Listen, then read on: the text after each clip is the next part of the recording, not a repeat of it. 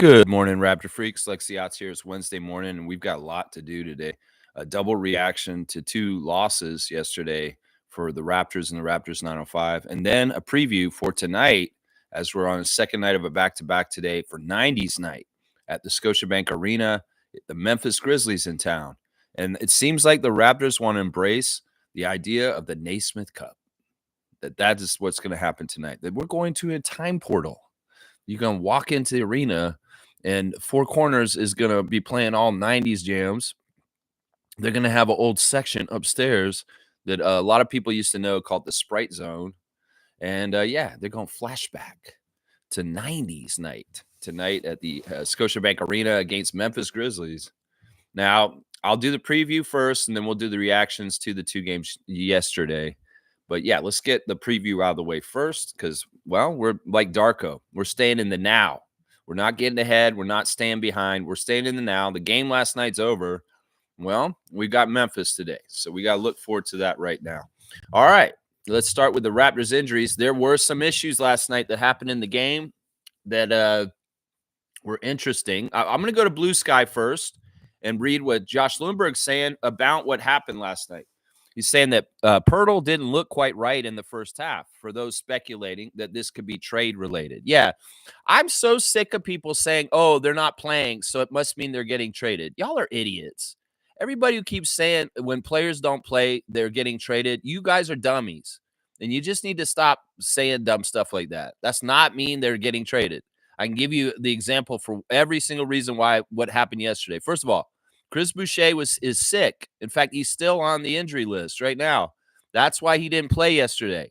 Y'all speculating that Chris is traded just because he didn't play yesterday. You're not paying attention to the injury list. The man wasn't available yesterday. He wasn't dressed. Second of all, Jakob Poeltl, I don't get this, man. I don't understand why y'all think just absences and DNPs mean people getting traded. Does that mean Davion Mitchell's getting traded yet? Because yesterday he didn't play in the game. Y'all are not coming out saying, oh, Davion Mitchell's going to get traded because he DNP'd last night. Like, seriously, I don't understand logic with them. Anyway, Pirtle said Pirtle did not look quite right, according to Josh Lundberg. And as I and others have reported, the Raptors have been shutting down inquiring teams, telling them they don't intend on moving Yak. So, yeah, that's just something for people to know. The Raptors are rejecting trade offers for Jakob Poeltl right now. My sense is that they have a price, but it's very high. Now, this is the thing. Darko said after the game yesterday that Pirtle has been dealing with a hip pointer for a little while now, and they've been able to manage it, and he's been playing through pain, but he didn't look right yesterday, and he got hit again in the first half, and he did not come back after halftime. So Jakob is on our injury list this morning. He's day-to-day, and it's due to a hip pointer, which he was dealing with already before the game even started yesterday, and he re-aggravated it in the first half. I wasn't happy when I saw that Jakob wouldn't return for the second half of the game last night. I was like, oh, crap. Cat's already killing us. What are we going to do? Well, we had a couple of solutions, and some of them actually worked. So we'll cover that. It was kind of the tag team of Scotty and Jonathan and a little bit of Orlando Robinson, honestly. So on the Raptors injury list, Barrett's on concussion protocol, guys. And Darko really spelled out what happened with RJ in the last couple days. Some people were really mad that he was able to finish the game on Sunday and then had to go into concussion protocol. Well, they need the whole story. And that's the thing. Some of those people were like Josh Lundberg and press people. Michael Grange was outraged. How could they let a man be cleared and play in the game like that? Because he was cleared. The medical staff did clear him that day on Sunday when he hit his head on the floor. They talked to him. They did all the checks, and he was fine. And he wanted to play. Now, some people say they should have just told him, no, for safety precaution, we're not letting you go back in the game. But he was fine. They checked him. And this is the thing. RJ didn't have any concussion symptoms for 2 days after that hit. He didn't finally have them until the night before the game against the Knicks yesterday. What happened was on Monday night, RJ finally had a headache or something that was showing that the concussion or something happened to him. So he called the team later and said, yeah, think I might need to be checked out again because I'm having a couple of symptoms of a concussion. So it wasn't he went all through Monday, fine, practice. It was until Monday night that he felt a delayed effect from the hit. And that's when they put him into protocol. So everybody thinking they were irresponsible and what they did to let him continue to play the game, he was showing no ill effects. He did not have any symptoms of feeling anything until Monday night. And that's why it switched. And he came in on Tuesday morning and they did the concussion test. And this time he did not pass it. He passed it the other times. That's the thing. They have a test for this. They tested him in the game. He was fine. They tested him after the game. He was fine. They tested him Monday morning. He was fine. They tested him after practice on Monday. He was fine. And then he felt symptoms on Monday night and got tested again on Tuesday morning. And that's when he went into concussion protocols. That's the straight facts, straight from our coach's mouth, what I just said right there. Now, the thing is, concussion protocols usually last 6 to 8 days, according to Darko. So it's very likely that RJ will not be able to play for the Raptors for at least a week. So he's going to miss the game tonight, guys. I'm going to say that again. RJ will be out tonight. He will be out for Friday's game against Oklahoma City. He'll be out for Sunday's game against Houston Rockets also. We'll be lucky if we get RJ back for next Tuesday against the Philadelphia 76ers or next Wednesday at the Dunkerversary against Cleveland Cavaliers. So I'm going to expect RJ back for either probably the Wednesday game next week. He'll probably be back a week from today. I don't think they'll rush him back for Philly. They'll have him ready to come in as reinforcements on Dunkerversary night on Cleveland's game. So, yeah, RJ, that's the status. And Chris is still on here. He's not officially changed his status for today. He was ruled out yesterday, and he's still day-to-day due to sickness. But those are the only 3 names on our injury list right now, RJ, Jakob, and Chris. Now, it's a big blow with Jakob out. And I don't totally agree with Kelly Olynyk just jumping into the starting lineup for him at the halftime. In some ways, I wish, there are a couple of things about the New York game yesterday that Darko could have done better. And some of it was substitutions. I much rather have seen Davion Mitchell play in that game yesterday. That was a big faux pas, if you ask me. But maybe Darko understands that Davion adds up to winning. And I don't know. We were running Jalen Brunson so ragged. If Davion Mitchell had been just added to the game, he would have been so tired. But alas, Cat and Jalen had big games, and they were able to win the game for the Knicks against us and sweep the Raptors for the year. It's too bad. There was a couple of personnel differences I would have made with what happened last night. One of them was with Orlando Robinson, too. Now, so I'm going to speculate that the Raptors starting lineup with Jakob and RJ not available is going to be Emmanuel, Grady. They started Jacoby last night instead of Oshai, which was very interesting. I thought it was a great idea, and it worked out really well. So I'm going to say Jacoby probably start again because that seems to be the trend with RJ out, that Jacoby will get that spot. And the center, well, I know they'll probably start Kelly tonight, but in some ways, I hope he starts Orlando Robinson. Seriously. There was something about Orlando Robinson that he's defensive. And when he first came into the game last night in the Facebook chat, I said, he's going to stop them. He's going to be a good defensive presence. And he was. He came into the second half, and he actually was stopping the Knicks from scoring around near the basket quite a bit. Scotty was involved in it too. Scotty was scrapping like crazy down there and being an absolute amazing defensive player right at the last place where you can stop them at the hoop. And I'm just hoping Orlando gets to play more because in some ways I don't agree with Kelly playing backup center right now over him. But now that Jakob's out, well, start Orlando and let Kelly be the backup center still, I guess. They were also doing Jonathan and Scotty as a tag team to make up for a center for a while last night late in the game too. So, yeah, that's where we're at. It's going to be no Barrett and probably no Pirtle either, guys, tonight. So I'm guessing it'll be Emmanuel, Grady, Jacoby, Scotty, and Orlando starting. Maybe Jonathan. Maybe Kelly, probably likely. Kelly's probably going to start. It's probably going to be Kelly. There's injuries for the Grizzlies too, guys. They got quite a list over here. Cam Spencer has a thumb injury. He's out. Desmond Bane is out right now, guys. He's got a left foot sprain, and he's going to miss some time. He just had an MRI, and yeah, that's a big blow. Desmond Bane being out. John Conchair is questionable for today's game due to his shoulder. Brandon Clark, Canadian, has been listed as questionable for today's game due to his back. Vince Williams Jr. is questionable for today's game due to his ankle. And Marcus Smart is also questionable for today's game due to a finger injury. So, yeah, they've got quite a few questionables on the other side. We'll see who comes and who doesn't to play today. But most of their main guys are available. Of course, Ja Morant is not suspended anymore. He is available. Desmond Bane is out. Jalen Wells, the rookie, he is going to the Rising Stars Challenge, and he's going to be available. Jaren Jackson Jr. will be available, and Zach Edey will be available. Starting for Desmond Bane, I'm going to guess it'll be somebody like maybe Luke Kennard or maybe a Scottie Pippen Jr. that's going to start for him in the depth chart. Who else is on the Grizzlies? Well, Luke Kennard, Santi Aldama, Scottie Pippen Jr., Gigi Jackson, Jay Huff, Zion Pullen, Jake LaRavia, Yuki Kawamura, and Vince Williams Jr. Yeah. So, yeah, we just saw Memphis around Christmas. It's kind of weird because we're getting this little New York-Memphis two-step again. It was very much the same little, like, bookends around Christmas. We played the Knicks on Christmas Eve, and then we played the Grizzlies on Boxing Day, and those were two of the worst games we played all season.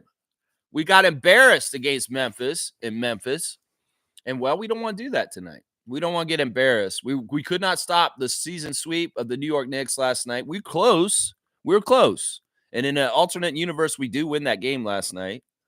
But we couldn't stop it. So let's stop the sweep of Memphis. And this may be harder. This may be harder in some ways because it is the second night of the back-to-back. And Memphis Grizzlies, honestly, in some ways are a better team than the Knicks. I'm going to say that right now. So I'm a little worried about tonight. But, hey, where there's a will, there's a way. And let's see if the Raptors can make my day on 90s night with the 90s vibes around the arena. So there's your injury report right there. Yeah, the Memphis Grizzlies have questionables. And I think Desmond Bane's not going to be playing for sure. But those other guys, I have no idea. Marcus Smart probably won't play either. Brandon Clark probably will play, but we'll see. We'll see. That's what I'm thinking is going to happen. All right, the refs for today's game are not bad. We've got a pretty friendly ref crew to the Toronto Raptors. First of all, in the replay center, it'll be JB DeRosa, JT Orr, Danielle Scott, and Inte Huang. But our crew chief for the Raptors Grizzlies game today is from Little Rock, Arkansas, number 14, his 14th season, number 77. That's right. Carl Lane, Star Wars nerd, is our crew chief tonight. And we know we love Carl Lane. Carl Lane is a fantastic ref. He loves the show Game of Thrones. He loves Star Wars movies and books. He listens to Jay-Z. His favorite food is Mexican.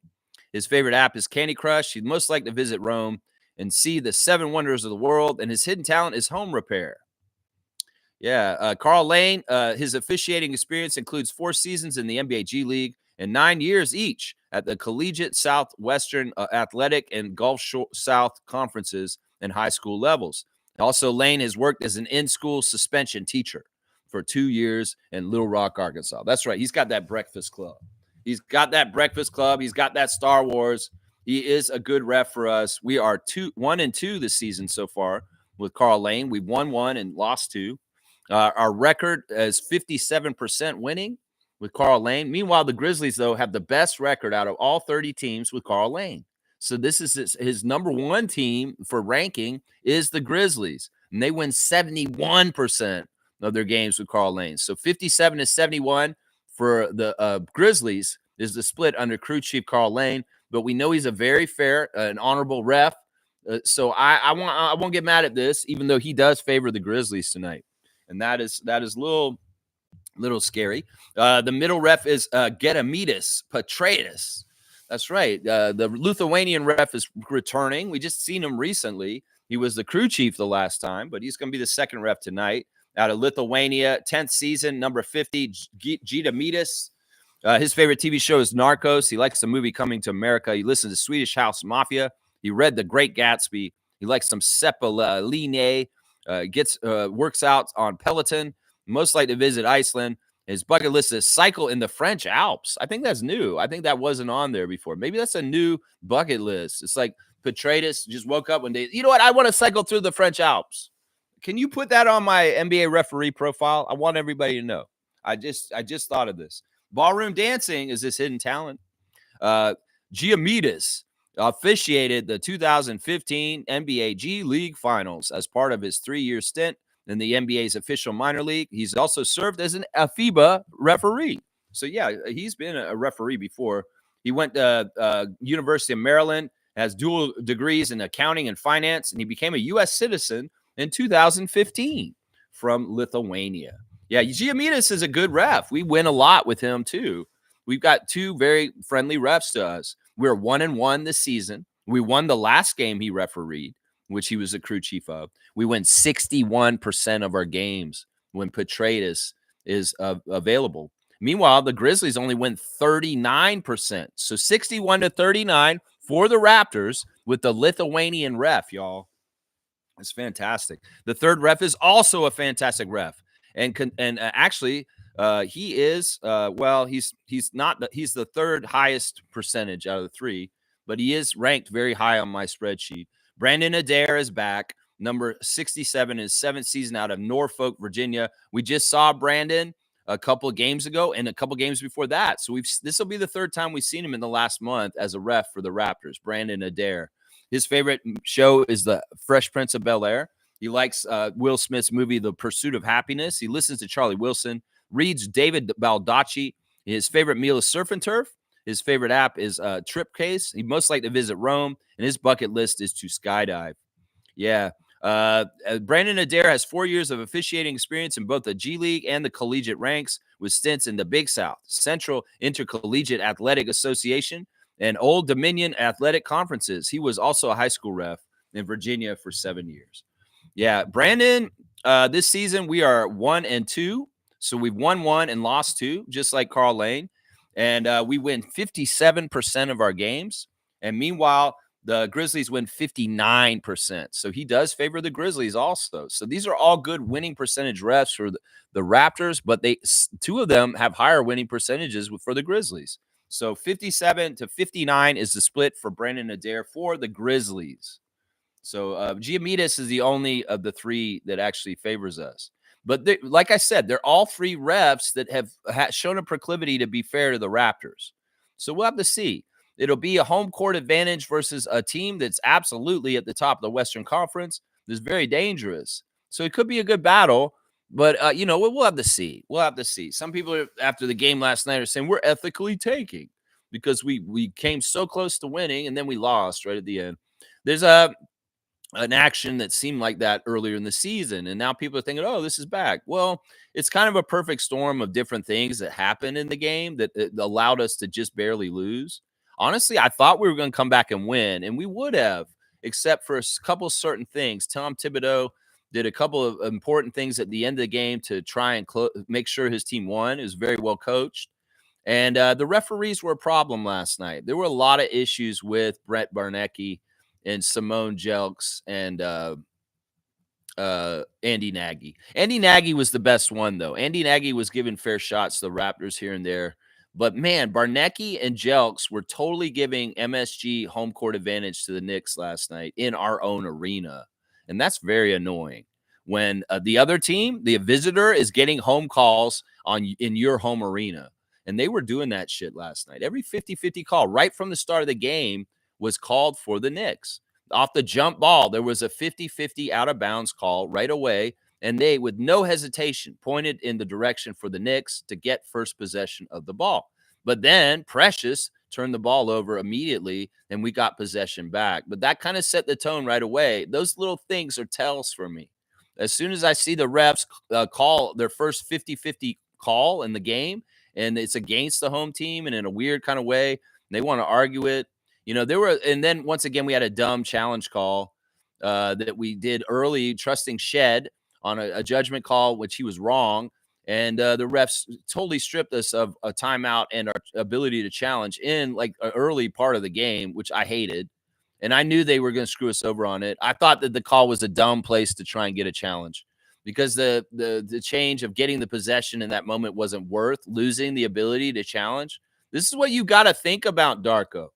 A challenge unused, is this worth more than what you would get from getting successful challenge in this situation? Because sometimes you're losing your challenge in a timeout over something that's piddly, and you should just let go. Honestly, if it's some sort of strategy to try and get better calls from the refs by proving them wrong, I get that. Nick Nurse used to do it, but it's not good calculation. And this is an area, if you're a coach in progress, that you need to get better at.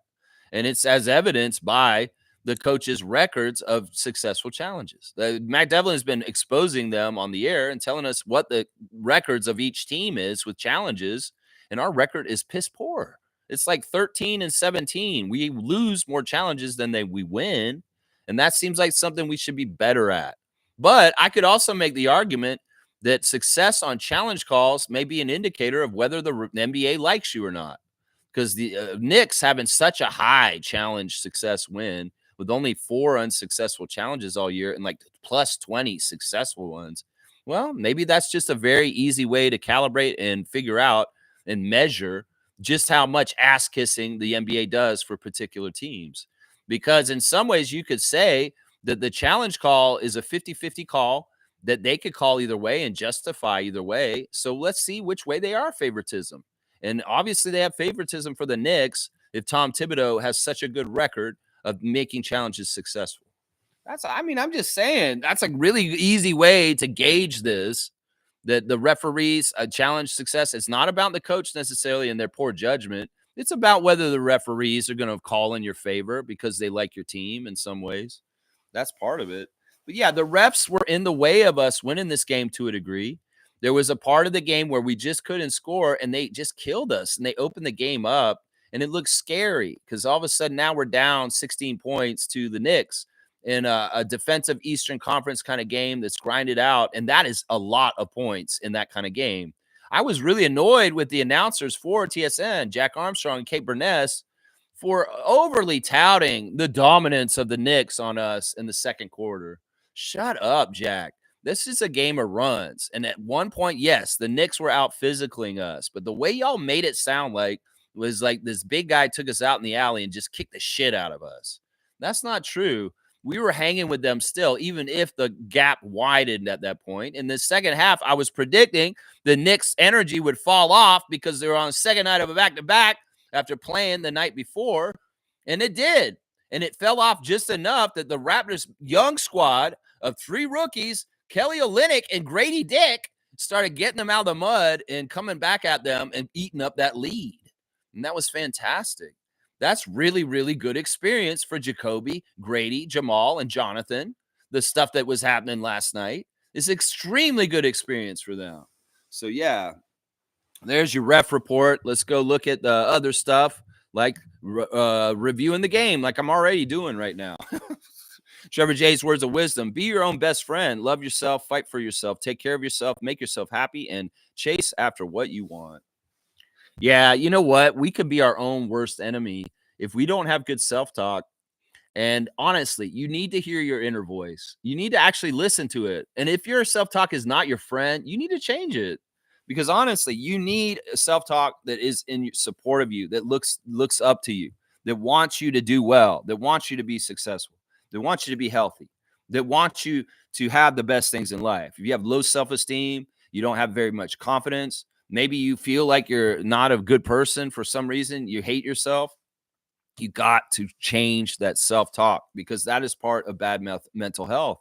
If you're always beating yourself up inside and telling yourself you're not good enough, why you suck, you got to stop this. You've got to stop this because you need to be your own friend. And this is the worst. This is the worst. It's real easy to get into a negative mindset and hate yourself sometimes because you did something you regret. But you have to forgive yourself. And you have to move on. Then you have to be better to yourself. Because the people that waste away in this world are the ones that hate themselves and have a horrible self-talk voice to themselves. So listen to your self-talk voice. And if it's not nurturing, if it's not positive, you need to change it because it's not going to do you justice and it's going to hold you back. Thank you, Trevor J, for your words of wisdom. That's right. He's saying, despite the loss, the young rookies really put up a good fight. That is real development to the young core. Yeah, I'm very happy about that. In some ways, all right. There's signs in some ways that there was a little bit of a steering towards losing last night. I will point to a couple of evidence pieces. I mean, one of them is Jakob not returning in the second half. I mean, that's for precaution. But boy, did that really change our ability to try and win this game. And after seeing Cat put down 20 and 10 in the first half against us with Jakob in, that was really kind of like, you know what, Raptors, are we waving the white flag by having Kelly Olynyk come back out and start the second half with Jakob's absence gone? That scared the hell out of me. And like I said earlier, the fact that Davion Mitchell was a DMP last night was a big red flag of, well, maybe they are trying to lose on purpose, because we know that Davion adds to winning, because when he plays, we win. I did not agree with not playing Davion Mitchell. I think that was the biggest mistake that Darko made if we were trying to win last night, because honestly, Jalen Brunson was getting tired. Emmanuel did a fantastic job at the beginning of the game of coming at him right away and full court pressing him and just annoying him. And then Jamal Shed was on him, of course, as the backup point guard. And even Scotty was guarding Jalen Brunson at times in switches. And he's getting such different looks of guarding him, but he was still scoring very efficiently. He's just a bull. He gets to the lane in a certain way and he shoots these shots and he's very measured and he's really on point. Like that's part of him making that big three at the end and daggering us too, is that he's just very measured in a very high level right now. I would have loved to have seen that tipped over by Davion Mitchell being added into the mix and using all of his energy too, with another person coming at him full steam and guarding the hell out of him. I feel like that was a missed opportunity yesterday, Darko. I know you like to do a 10-man rotation, and maybe you don't want to play 3 point guards in your rotation, but I think it may have been smart to do last night, because you may have worn out Brunson earlier by getting Davion on him in the game. But Davion did not play, and that was a big mistake to me. There's other things that I would have done differently. I wouldn't have played Kelly Olynyk at backup center. I would have been playing Robinson at backup center. Kelly shouldn't have been ahead of him in the depth chart. You say you got this guy on 10-day contract. You want to find out more about him. We'll find out him against a tough opponent like Cat in New York. So I didn't agree with that, Darko. Now, my critiques of Darko are not to fire him or say that he's a horrible coach. They're just little rotation or minutes decisions that he made that I didn't agree with. Orlando would not have played in this game last night if Jakob had not stopped. If he had kept playing, he wouldn't have played. If he had kept playing, he wouldn't have gotten in. He was the extra guy who came in because Jakob could not continue, and that's when he came in. But I saw immediately when Orlando Robinson came out there a bunch of defensive stops of the Knicks, and all of a sudden the tide turned where the Knicks were not able to score for a while in the second half, and we were able to eat up their lead. And that was specifically when they put Orlando Robinson in. Kelly Olynyk's a savvy player. He's very smart. He's a vet, but he's not a good defensive center. But Orlando Robinson is. So once again, Darko, why aren't you playing our defensive players in situations where we could do something like Davion Mitchell and Orlando Robinson? I think that Orlando held his ground really well against the bigs of the Knicks. Maybe he wasn't quick enough to get to some of the loose balls, but he was definitely physicaling them and doing a good job in stymieing them from being able to score at the rim easier than they did in the first half. I'm just saying, I wouldn't have played Bruce Brown. Once again, I feel like Bruce Brown does contribute. He's doing good things, but there's minutes there that I would give to somebody else. If Chris Boucher had been healthy, he should have definitely gotten those minutes instead, because he has experience against the Knicks. And he would have added to our rebounding and helped us in that battle. So I don't know. It's like the rotation was weird. Davion Mitchell should have played. I'm sorry. Davion Mitchell should have played last night, and that annoyed me. I guess he was sacrificing veterans or playing in the game. If you're doing that, why is Kelly playing so much? To give young guys experience. And that's really ballsy to play 3 rookies, Grady Dick and Kelly Olynyk, then Scotty Barnes.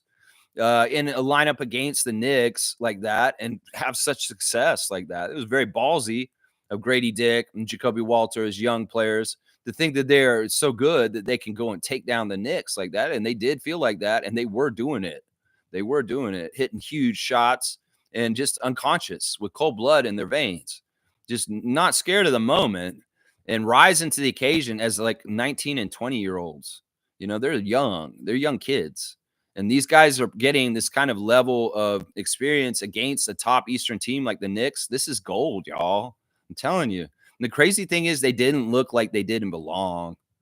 They look like they belong. They look like they could handle the competition and play at their level and try and match the Knicks. And these guys are so young. This is what Trevor's saying. The future's so bright because of this.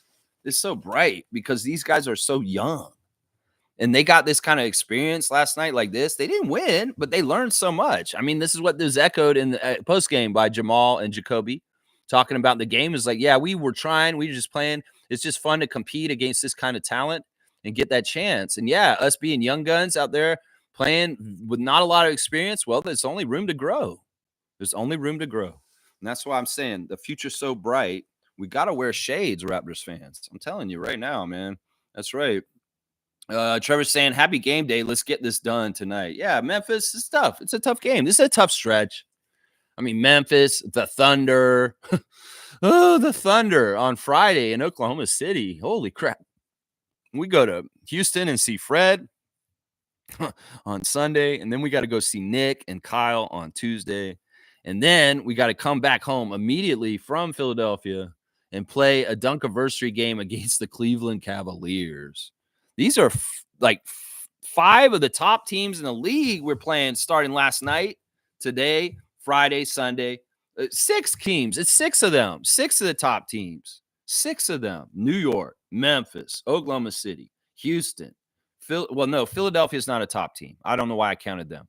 So 5 out of the 6 games are top teams. And hopefully we can beat Philly in Philly. I know Joel's back, though, guys. It's crazy. Joel just came back recently. All right, let's see. Monique is here. Superfan Monique is here. She was at the game last night. It's too bad you couldn't bring the win, Monique. We need those vibes, Monique. You're going back again tonight. So hopefully the second time is a charm, and you can bring the winning ways down there. I'm going to say I wasn't that happy with the crowd last night. Seriously. I'm sick of this sitting in this first half, shutting up thing. They need to be louder in the first half.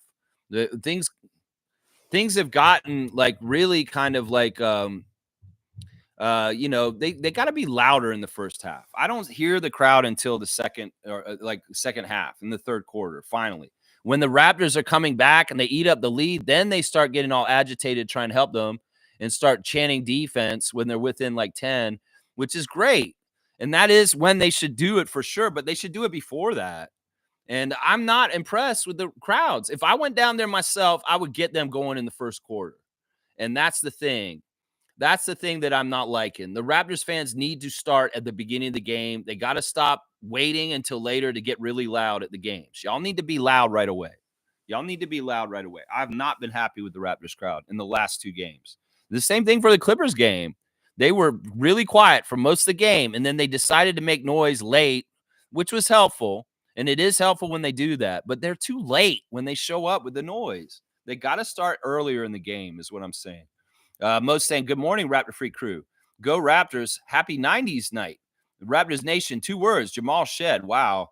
Both good games. So close. 905-2. Amazing crowd last night. I enjoyed it.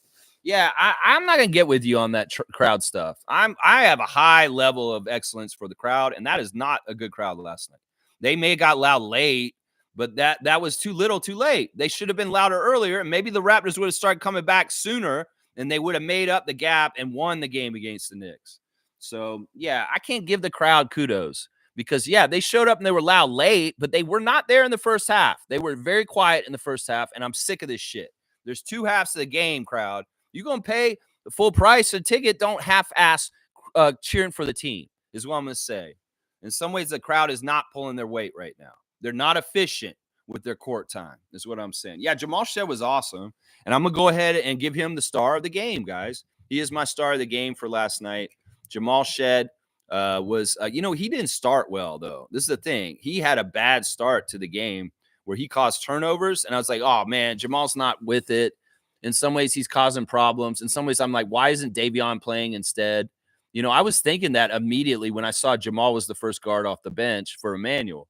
I was like, no, put Mitchell in. Put Mitchell in on Jalen. I was mad. And I was like, Jamal's missed a couple games, so he has a perfect excuse for being a little off, but he turned it around, and he did it pretty quickly. He did not play well initially, right when he came in. Like I said, he had a couple turnovers. He had a poor foul. And then he started making shots. He started attacking the rim and attacking the basket and putting up little layups, and it was fantastic. So, yeah, Jamal is my number one star of the game. Off the bench, 23 minutes for Jamal, 7 of 12 shooting, 1 of 4 from 3, 1 of 1 at the free throw line, 3 rebounds, 9 assists, 2 turnovers, plus 10 with 16 points. In fact, he was the best plus minus on the team last night. He also got his career high points. 16 points. That's the most he's ever scored in an NBA game. So salute to you, Jamal Shed. You're my number one star of the game in the loss against the Knicks. And yeah, you were shooting really efficiently. I like the 9-2 assist to turnover ratio. And I like the aggressiveness, honestly. You were really attacking the rim and like being an opportunist and sneaking in there and getting a lot of easy baskets. That's why you shot so well. 7 of 12 is because you were getting very higher percentage layups and a couple of really cool floaters in the lane too. So, yeah, kudos to you, Jamal. You turned around a very poor start to playing in the game last night to start kicking butt. In fact, those 2 turnovers were what you did first, and then you didn't have any turnovers for the rest of the game. So good job, Jamal. You're my number one star. My second star of the game for the game last night is Jacoby Walter. He started last night, as I said, and he was okay. He was efficient. I just like the poise. And Darko mentioned this in one of his interviews recently, that Jacoby is not afraid of the moment. That's how he put it. He said, I like that Jacoby is not afraid of the moment. He's acting very confident. In some ways, for a rookie out of Baylor and the way how much time he has on NBA court, this guy's beyond his years already. Because in some ways, there's a lot of jitters. There's a lot of nervousness. There's a lot of failure. There's a lot of learning that he has to go through. Everybody's got to go through, but he's going through it with flying colors. Jacoby, in his interview after the game last night, citing the benefit of playing for 905. That playing for 905 this season has been huge for him because a lot of the mistakes he can make at that level, and it won't burn him at the main level. He can be really trying things and get a little more comfortable in a safer environment to fail than in the NBA. And that's really benefited him. In fact, he said specifically, being in 905 has helped me be able to see shots going in. And well, that's translated to shots going in on the main level. And that's the stuff like the 3-pointers he's shooting now. If you notice, he's shooting very, very confident threes that he's stepping into. And Jacoby Walter's showing all the signs that he could be a very, very effective NBA scorer that could average around 20 points a game, to be honest. I mean, he's showing that he is like that as far as driving the basket, making dunks and layups, making mid-range, making 3-pointers. Yeah, this guy's like that. 29 minutes for Jacoby, 5 of 7 from the field, 3 of 4 from 3, 1 rebound, 2 steals, 2 turnovers, a -8 with 13 points in 29 minutes. It's not a super amazing stat line.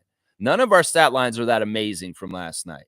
It's just that he showed a poise. He played in crunch time, and he played extremely well for a guy who's just in his first year in the NBA.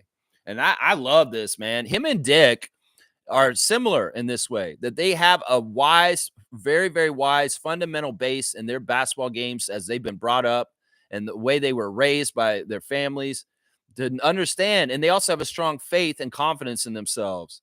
And this is showing through in 2 very, very young players that honestly shouldn't be this good, this young. Seriously, they shouldn't be this confident. They shouldn't be this capable. And the fact that they are already, this just really shows that Messiah and Bobby know exactly how to pick the right ones, and that these guys are going to really grow and be smart in their growing in the next few years. Listen, they don't know what the fuck they're doing right now, and they already look like they can be in this league and contribute. Just imagine when they know how to do stuff better and understand what they're doing, like Grady. Just imagine when Grady is a little bit more like Scott right now and understanding his full powers and really utilizing all the opportunities he can read on the court for a 3-point shooter like him. Hello. And the same thing for Jacoby, man. I'm just saying. These guys are birds of a feather, and I want them to flock together on the Raptors roster because those kind of players, Jabal, Jacoby, and Grady, oh, yeah, those are the young kind of players you want coming up in your system. I'm telling you right now, yeah, my third star of the game for the game last night is Grady. Those are my 3 stars, the young guns, Jamal Shed, Jacoby Walter, and Grady Dick. My 3 stars of the game. Grady got 14 points in 31 minutes, 4 of 8 from the field, 2 of 4 from 3, 4 of 4 at the free throw line, 3 rebounds, 1 assist, 1 steal, 1 block, 2 turnovers, a -2. These aren't huge, flashy stat lines by Walter and Dick, but they are the seedlings of a future that is so bright. That's right. So bright. The bright sunglasses got to be out today because, man, the bright stars of Jacoby and Grady were shining last night. That's right. Honorable mention will go to Kelly Olynyk, who was actually a very effective veteran leader for these young crews, kind of being the babysitter, running around out there with such a young team. I mean, that's crazy. Darko's such a risk taker. Going to play 3 rookies and Grady Dick with Kelly Olynyk, and all of a sudden they start eating up the lead and killing. That's really risky. How did he know they would do that? Well, maybe he knew that the Knicks were tired. You put a bunch of young guys that run around like crazy and have no tiring to themselves. Well, that is a difference in the game because they did. The Knicks got really tired and let us get back in the game right at the end of the game and almost win. So I give credit to Darko for being a risk taker and playing such a youthful league with energy in that situation.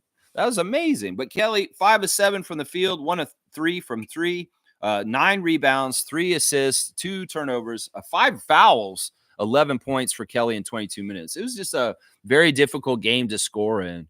We had tons of bench scoring, which was way better than the scoring for the Knicks. They're very, very centric around their starting 5.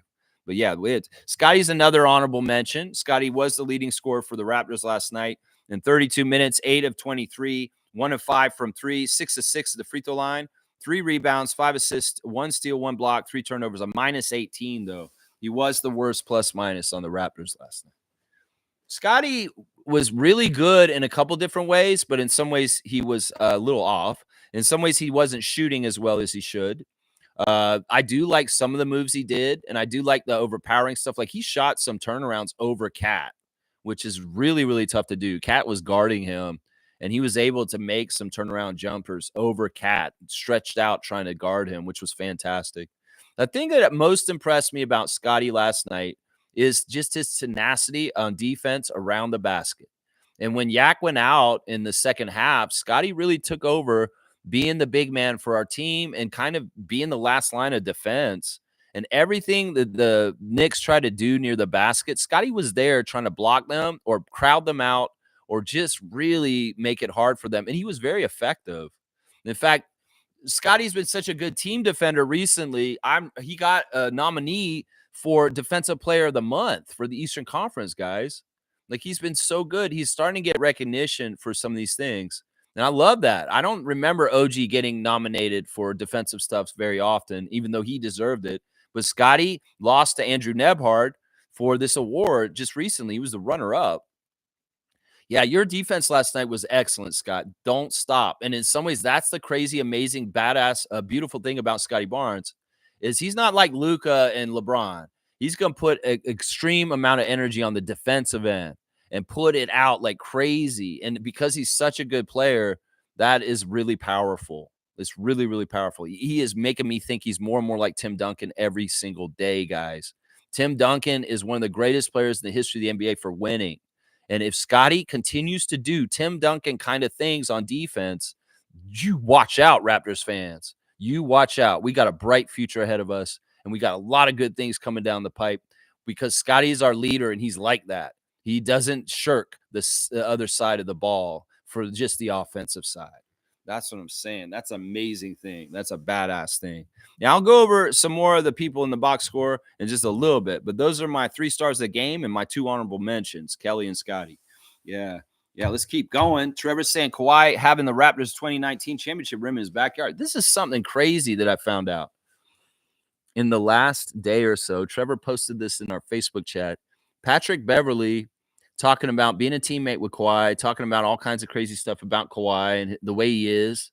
And he says, slow as go. Slow as go.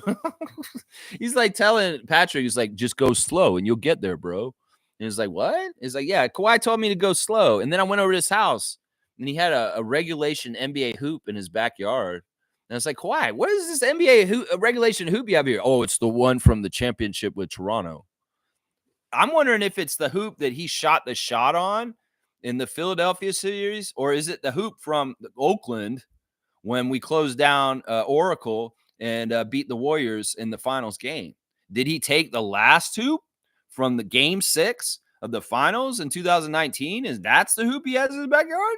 Or is it the Philadelphia hoop, the one from game 7 in Scotiabank Arena when Joel Embiid ran crying through the halls of the underneath of the arena because we beat his ass?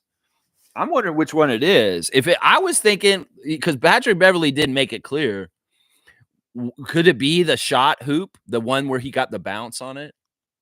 Could it be that one that he has at his house, or is it the one from Golden State? I want a clarification here. Now, this tells me a couple things. This is weird. Why does Kawhi have this hoop? Does he actually really want to commemorate his Toronto championship and he cares about it? I guess maybe he does on some level. If he's going to have the hoop at his house in his backyard that he won a championship with the Raptors on, I mean, that says a lot right there. In some ways, that gave me points for Kawhi and him being like kind of like honoring his Raptors connections. So, all right, Kawhi, you got a point up. You know, Vince and Tracy are getting points down for being villains. I don't know if you're a villain.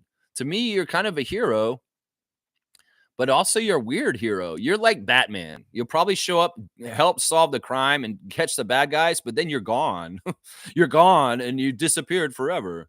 So it's like, yeah, you're not going to hang out and take the photo ops and like be around like you did with Toronto. You took off. But maybe that's what it is. You just got to come and solve one crime, arrest the Joker, get him out of here, and then take off and go somewhere else. Maybe that's what it is. He's not a villain. I don't understand it. It's weird that he has that at his house. It's very weird to me.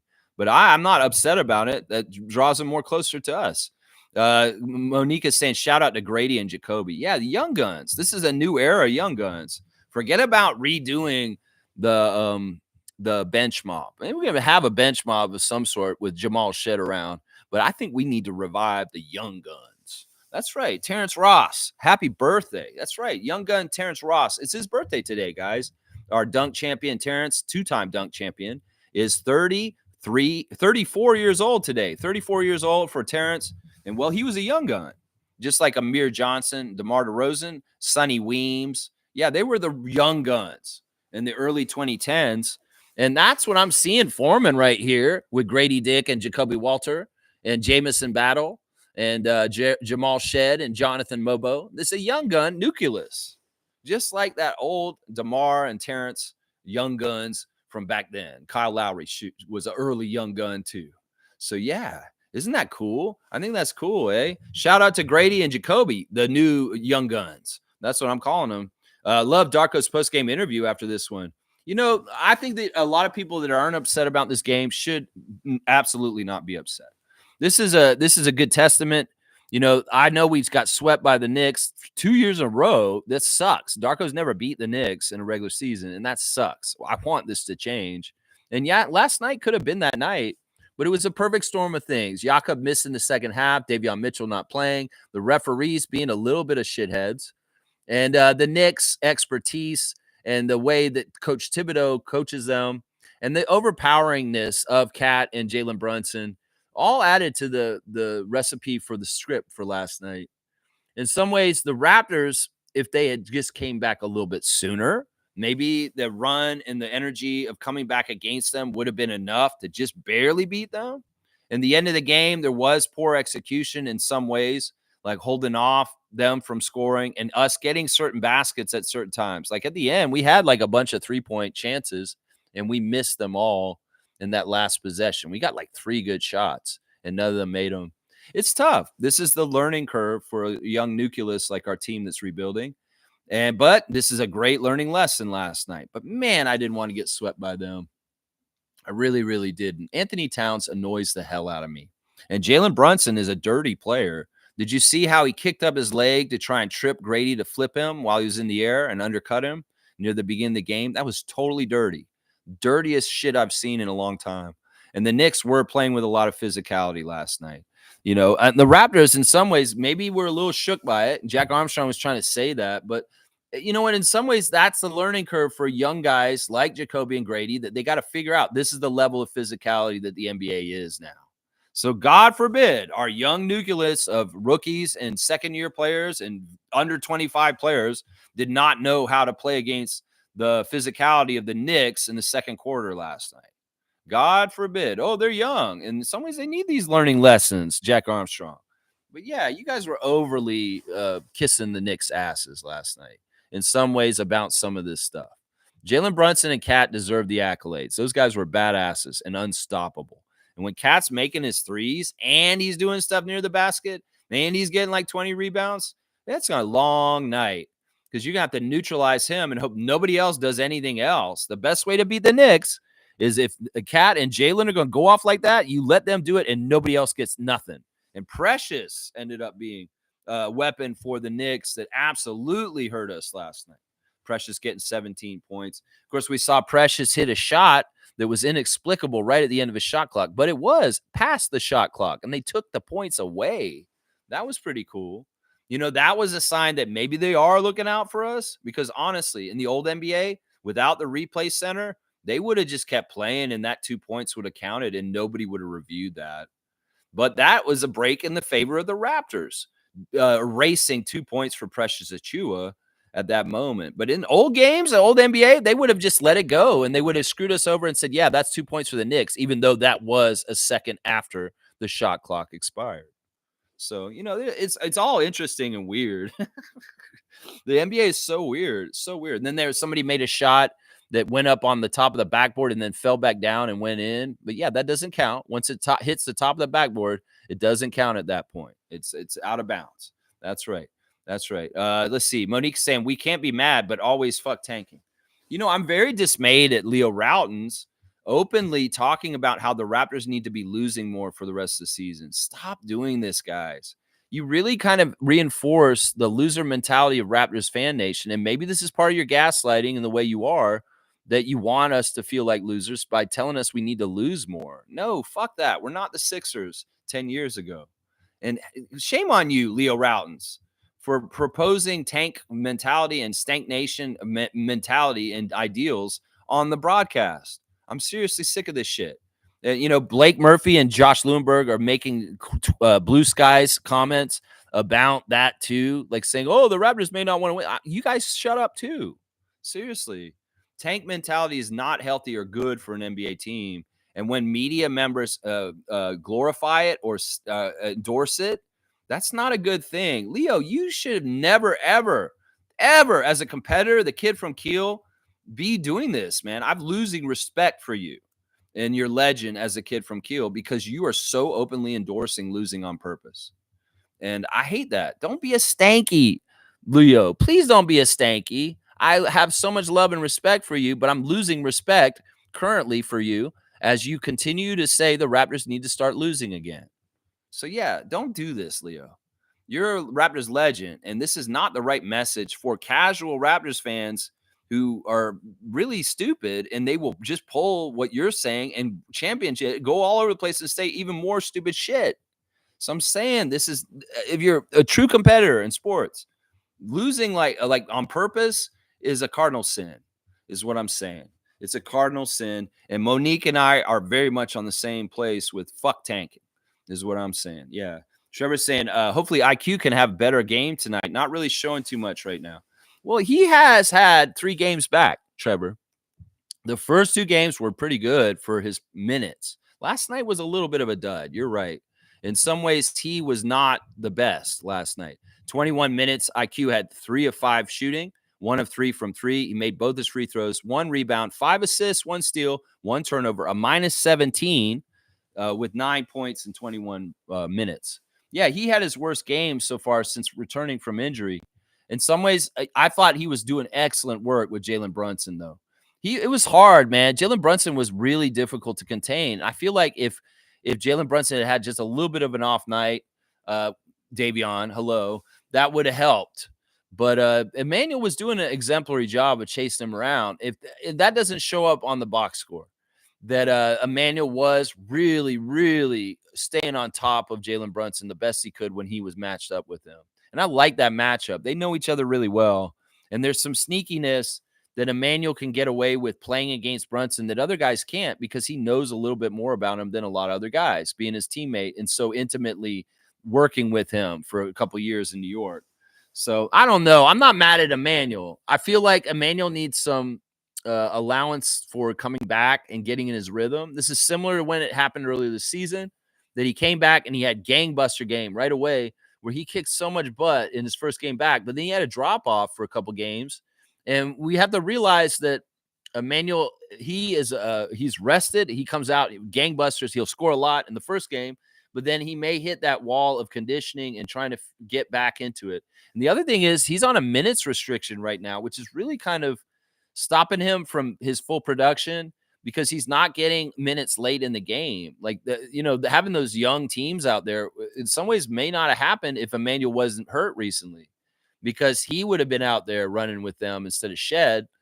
And, in some ways that allowed for the opportunity for the young guys to step in next man up, because Emmanuel's on the minutes restriction. So there's like hidden blessings in him being on a minutes restriction, like these young guys getting these minutes crucial late. But at the same time, we have to give him allowances, because this is the pattern with him I've seen, is he'll come back, he'll have one really outstanding game at the beginning. He had two actually pretty good ones. And then he'll have a bad game, and then he'll kind of be sorting it out, and then he'll get back to normal. So that's what I'm hoping will happen. Jakob in the first half of the game, 15 minutes, 2 of 4 from the field, 1 of 1 at the free throw line, 2 rebounds, 2 assists, 1 steal, 5 points, a -8. I had no idea that Jakob was laboring. Like Josh Lundberg said, that he was actually hurt coming in the game on the down low and kind of playing through an injury. Well, it was bad enough that they took him out. Now, once again, a really easy way to manipulate losing and winning with the Raptors is the status of Pirtle. And if Pirtle's not in the game, the chances of us losing go up so high. I'm just going to say that. That's a really true thing. If it's anything we learned in the last year, there's a certain amount of Scotty's out, you're going to lose. Pirtle's out, you're going to lose kind of stuff. That's something we've learned. Let's keep going in the box score. 23 minutes for Mobo last night. Mobo was an interesting rotational piece last night. In some ways, I'm glad that Darko put him in there. Of course, Mobo had just played a game before, so he was on a back-to-back, just like the other guys, but coming from the 9:05 game to a back-to-back in this game. I thought Jonathan was extremely active. I like the poise that he showed in trying to strip the ball from Jalen Brunson, whether he was successful or not, late in the game. This is high-stakes situation, and Jonathan is getting a hand on the Knicks ball while they're on offense and prying it loose and getting deflections and chasing after it. Of course, he got called for a bogus foul at the end of the game against Jalen Brunson when they're both going for a loose ball. He knocked loose. I'm sorry, referees. This is not how it works. He did not foul Jalen Brunson on the contact to get the ball loose. He knocked that ball loose clean. And you guys called the foul on the chase to the ball. Well, the ball's not in the possession of Jalen Brunson. It's a free ball. And Jonathan Mobo has the same rights to the space to chase the ball as Jalen Brunson. And he did not foul him. He was going for the ball equally with him. You could honestly say that Jalen Brunson fouled Jonathan Mobo. Either way, you could make that call. But that was favoritism for the Knicks right there, because Jonathan got a clean steal on Brunson. They were both going for the ball, and that's when the foul was called, and there shouldn't have been a foul there because he had perfect right to get a loose ball that was free, and possession was not in Brunson's hands anymore. So, yeah, Jonathan was very active and up and down, and honestly, him and Scotty are a real tag team. If we're not going to have a true center and you put Jonathan and Scotty out there, in some ways the way they play off each other adds up to enough to be a center. So I like Jonathan's combination with Scotty. In fact, there was a really crazy pass that Shed through full court that was just perfect, that Jonathan just barely caught and laid in. That was beautiful. In fact, I thought it was such a beautiful pass that I thought Scotty had thrown it. But no, it was Shed who threw the pass to Jonathan full court and making that layup. Yeah, Jonathan, 2 or 3 from the field, missed his only free throw, 3 rebounds, 1 assist, 1 block, 4 points in 23 minutes. Bruce Brown, 16 minutes, 3 of 6 from the field, 1 and 2 from 3, 2 of 2 at the free throw line, 3 rebounds, 1 assist, 1 turnover, 9 points, a +8. So Bruce was effective early. We used him early on our bench in the first half, but he didn't really play in the second half. He really didn't play in the second half. I'm okay with that, honestly. Orlando came in for 6 minutes. He wasn't really supposed to be in the rotation, but Jakob got hurt. So, and he shot 1 for 2. He shot a 3. He got a wide open 3 again. It was horrible. And in some ways, he got pulled right after that for taking that 3 for just a little bit. He made both his free throws, though. 3 rebounds, 1 turnover, 4 points for Orlando in 6 minutes, +4. I just think that in some ways, with Jakob healthy, he should have been the backup center. Kelly does not necessarily need to be playing right now, Darko. I'm just saying, and it's not because of trade or anything like that. It's just that we know who he is and what he is. And in some ways, we're getting more interesting things discovered from Orlando Robinson with him on the court. So I don't totally agree with Kelly being above the depth chart on Orlando Robinson right now. And, we'll see who starts tonight. In some ways, you got Zach Edey. You may be better off playing Orlando against him. Although Kelly versus Zach is a very friendly matchup of Team Canada teammates. That Kelly did play because this happened before. Jakob wasn't available against Memphis last time. Is there something weird where Jakob's not playing Zach for some reason? I don't know. But yeah, Kelly had to start against Zach on Boxing Day too, and it was a disaster. In some ways, Zach Edey dominated us. And I don't want to see that again tonight, Darko. Zach needs Orlando on him. You need to put Orlando Robinson on him tonight to start the game, to set the tone, and let Kelly be the backup center. And Jonathan also.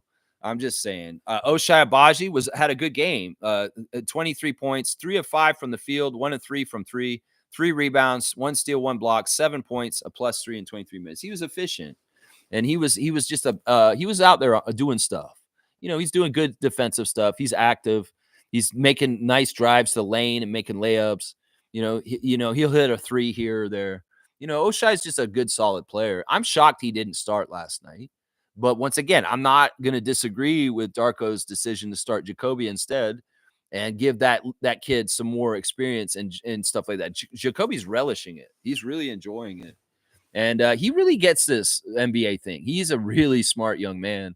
And I love the character of Grady and Jacoby as far as like the way they look at basketball, the way they carry themselves as such young men. They're fantastic. The future is really, really bright. I keep saying that. I want to keep grabbing the glasses. I should just put the glasses up here. That's right. The future's so bright. That's right. I put it over Toronto's name. That's right. All right. So that's the box score there. Yeah. I mean, the two on the other side were absolutely dominant. 27 points, 20 rebounds for Karl Anthony Towns. Yeah. Insane. And 28 points for Jalen Brunson also. And Jalen shot a pretty good clip. That's the thing. If he's going to be scoring a lot of points, let's make sure he shoots a lot of shots. 10 of 21 is actually pretty good shooting. So, in some ways, he was efficient. He was efficient. In some ways, we could have messed him up with that. Of course, they didn't get any scoring off their bench, hardly at all. They only got like 18 points off their bench. Or no, 17 points off their bench. And we got way more off our bench. In fact, Shed almost outscored the bench by himself there. So, yeah, it is what it is. It's a close loss to the Knicks. Better than a 14-point loss on Christmas Eve. Better than a 14-point loss from earlier this season. There are 2 games in Toronto we lost close, and then the 2 games in New York against New York we lost by 14. That's just how it went right there. Yeah, that's just how it went. That's right. Let's see. Monique saying trade what? It's all silly talk, Lex. Yeah, I'm sick of it. Can we get to just fast forward? We'll play this game tonight. We'll have a day tomorrow of reaction, and then boom. Friday, it's all over and done with, and no more of this bullshit. There have been some more trades, like Caleb Martin got traded from Philly. There's been a couple more trades, but nothing really that interesting that I'm kind of like, oh, wow, that I really feel like we got to take a huge note of right now. Nothing like that. They have the ESPN Power Rankings out right now, the new ones, and it's looking like the Raptors have stayed in their position at number 25. On the ESPN Power Rankings. We've not moved from the last week. 16 and 34 ranking. Emmanuel Quickley is finally back on the court for Toronto, including playing in Sunday's win over the Clippers. Quickly has played in only 12 games this season and only 50 since coming to Toronto last season from the Knicks. For the rest of the season, the Raptors will continue to monitor the on-court partnership of Quickly and franchise centerpiece Scotty Barnes. And that's Tim Bontemps who wrote that. Yeah, we're just behind the Bulls. The Blazers are ahead of us now. They've jumped up in the overall standings on the power rankings. Interesting. We're ahead of Charlotte, New Orleans, Utah, and Washington are the only teams, and Brooklyn too. But yeah, power rankings are gross still. We're going to get better on that. Seymour saying Raptors over everything. There you go. I like that. You know, the 905 game was similar to the Raptors game. Behind most of the game, big, huge lead for the other team, and then trying to scrap and close the gap at the end of the game and just falling short, just barely. 905 did a good job trying to get back. You know, they were really down and they lost by 4. So they had a good time trying to come back. Let's do my stars of the game for the 905 game real quick. Why not? We'll do that real quick. My first star of the game is AJ Lawson.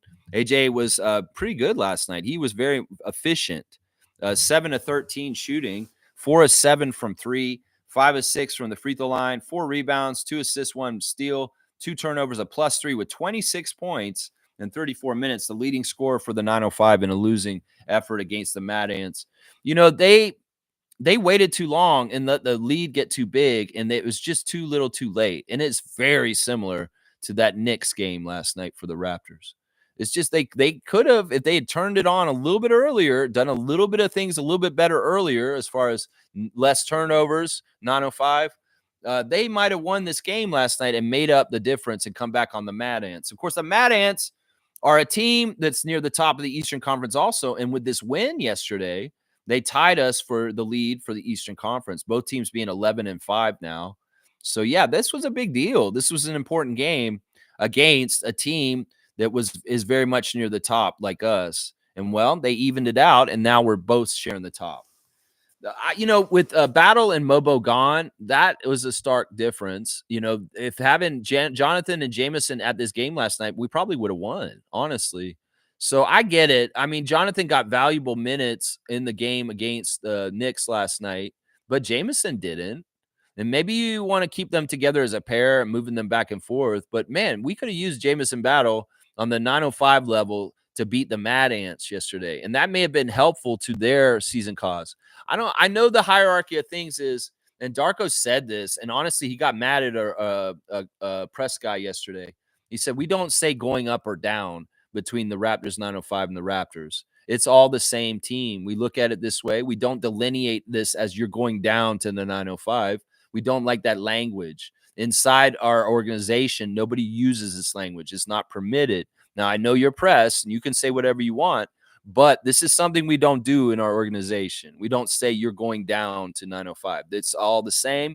It's the same team, and that's Darko's outlook on it. I love hearing that. Well, in some ways, Darko, is it important for us to be successful on the 905 level? Because in the past, I've questioned whether there is a priority to actually try and be successful at that level, or is it just it's chaos and we're just going to use the resources from there willy-nilly as we see fit? Because in some ways, you may need to strategize, especially if the Raptors season is going to be at the bottom of the standings and there's no playoff really or play-in coming up for us. You may want to prioritize helping the 905 have weapons to close out and maybe win a G League championship. And in some ways, taking Mobo and Battle to Toronto yesterday for the Knicks game, and you didn't even play Battle, honestly. Battle used up one of his 2 ways because he was dressed to play. He could have been very useful and made the difference in the game against the Mad Ants, is what I'm saying, Darko. So I don't know how you balance that. What's the protocol? What is the list of what is priority and what is important? The Raptors are a priority. I get it. But if the Raptors aren't going to win for the rest of the season in a meaningful way, but the 905 can, maybe priorities should be shifting, is what I'm saying right now. That's what I'm saying. Then maybe it should be shifting just a little bit. My second star of the game and the loss is Frank Kaminsky. Frank Kaminsky didn't have a super great game, but he was a +12. He was the highest plus-minus on the team. 6 of 12 from the field, 3 of 7 from 3, 5 rebounds, 3 assists, 1 steal, 1 block, 0 turnovers, 15 points for Frank in 33 minutes. Frank has been a solid vet, and he really is that stand-in for Jakob on the G League level. He is definitely playing Jakob's role on that team down there. Jared Rhoden is going to be my third star. He's just been solid this stretch of the regular season for G League. He's just been steady and solid and just contributing in a very, very effective way. And over the last month or so, he's just been fantastic. 8 of 17 from the field for Jared, 4 of 8 from 3, 1 of 1 at the free throw line, 6 rebounds, 3 assists, 2 steals, 2 turnovers, 22 points for Jared Rhoden, a -7. I'll give an honorable mention to Eugene Omoruyi, 5 of 11 from the field, 2 of 5 from 3, 3 of 3 at the free throw line, 9 rebounds, 3 assists, 4 turnovers, though, of -6 with 16 points. Evan Gilliard, also another honorable mention. The starting lineup all in double digits, which is fantastic. Gilliard actually had one of his better offensive games last night. 7 of 16 from the field, 2 of 6 from 3, 1 rebound, 3 assists, 1 steal, 2 blocks, 2 turnovers, 16 points for Evan Gilliard II. Off the bench, Quincy Guerriere, 13 minutes, 2 of 6 from the field, 2 rebounds, 1 assist, 4 points. Shamshe had a bad game, guys. He had the worst plus-minus of all the Raptors last night, and he was struggling just a little bit against a very big Mad Ants team. I'm not going to lie. They had Jahlil Okafor on the other side, and he was playing big boy basketball. And in some ways, some of the stuff was a good test for Ulrich, and he wasn't totally successful. Let's just put it that way.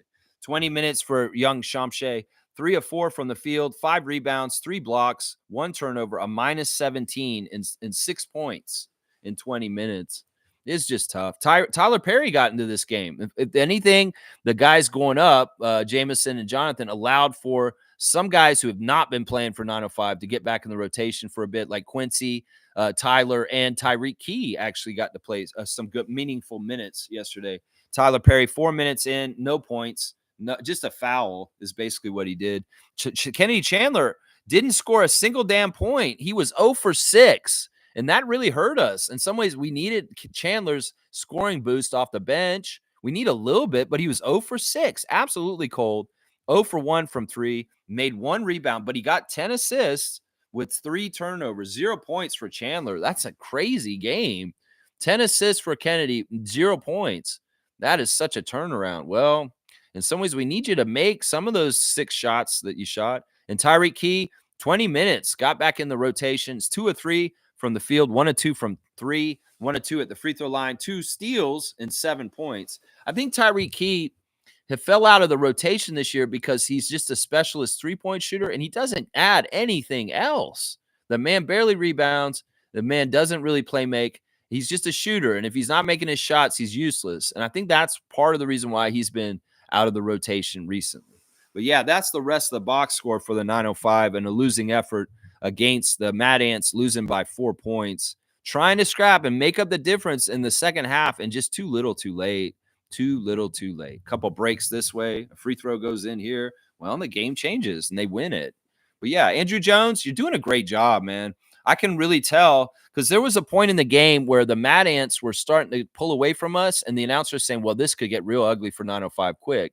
No, Andrew Jones is like Darko. He doesn't let his team give up, and they come out and they put the pressure on and they make things happen. Both teams did that last night. They reacted, not successfully enough to win, but from huge deficits of like 16-point deficit for the Knicks over the Raptors. Same thing with the Mad Ants. They were down by like 20. They ate it up, and they made it a single-digit loss by the end of the game. Just not enough to overtake them and win it at the end. Yeah, it's just how it is sometimes. That's right. Fiercely saying, good morning, fam, and happy back-to-back game day. We were down by 20-some points yesterday and managed to bring it up. That's exactly what I was just saying. And mostly play rookies towards the end to make it competitive. I'm not mad at the loss. I'm only mad at it for the fact that we've lost 2 years in a row straight to the Knicks. It's more of that makes me mad. I'm not mad at the way the game happened and it went down and we lost that way. No, in some ways, I'm not mad about that, just like you guys. I'm more mad about the big picture and the fact that we've now gone 2 years straight of losing and being swept by the Knicks. I hate that. I hate that so much because honestly, to be honest, a lot of the years in the 30 years of the Raptors, the Knicks are a team we've actually owned and beat up pretty good. And being on the other side of things where they're beating us more often than we're beating them is not fun because usually we beat them in our history. And that's why I don't like this. I don't like this at all. Smooth saying, no, Jakob is not getting traded, people. He's too valuable to the Raptors. He's a championship level 5. Yeah, I feel like it's just, all right, I'm going to go in on Basketball Rewind right now. Kenyon, I appreciate you coming and being around my channel in recent weeks. I wanted to reciprocate and come back and check your channel out again. But you guys are so annoying, and I hate you guys in some ways. Coach Roach, I like and respect to a degree, but I hate your channel, man. And I've unsubbed again already from it. I see Cool Cats in there watching it. I see you guys are in there enjoying it. But man, I cannot respect those guys. They did a reaction pod to Luka Doncic trade, and they still managed to throw in there that they want to throw the Raptors front office under the bus and get them fired. It's like they gleefully talk about it, and none of them are dissenting. They're all three on the same page, which annoys the hell out of me. Beyond is the biggest hater, obviously. Coach Roach is the least hater, and Kenyon's somewhere in the middle. But they all agree that they somehow have this wet dream that Masai and Bobby will get fired. That's like the common thread with their stupid ass channel this whole time. So unsub. In some ways, I've lost respect for you, Kenyon. And you come in here, Basketball Rewind, I'm going to go off on you because y'all are not your toxic channel. You're a toxic channel. I'm just sick of it. I tried to watch y'all. I tried to reciprocate because you're showing support for my channel, and I hate your channel, man.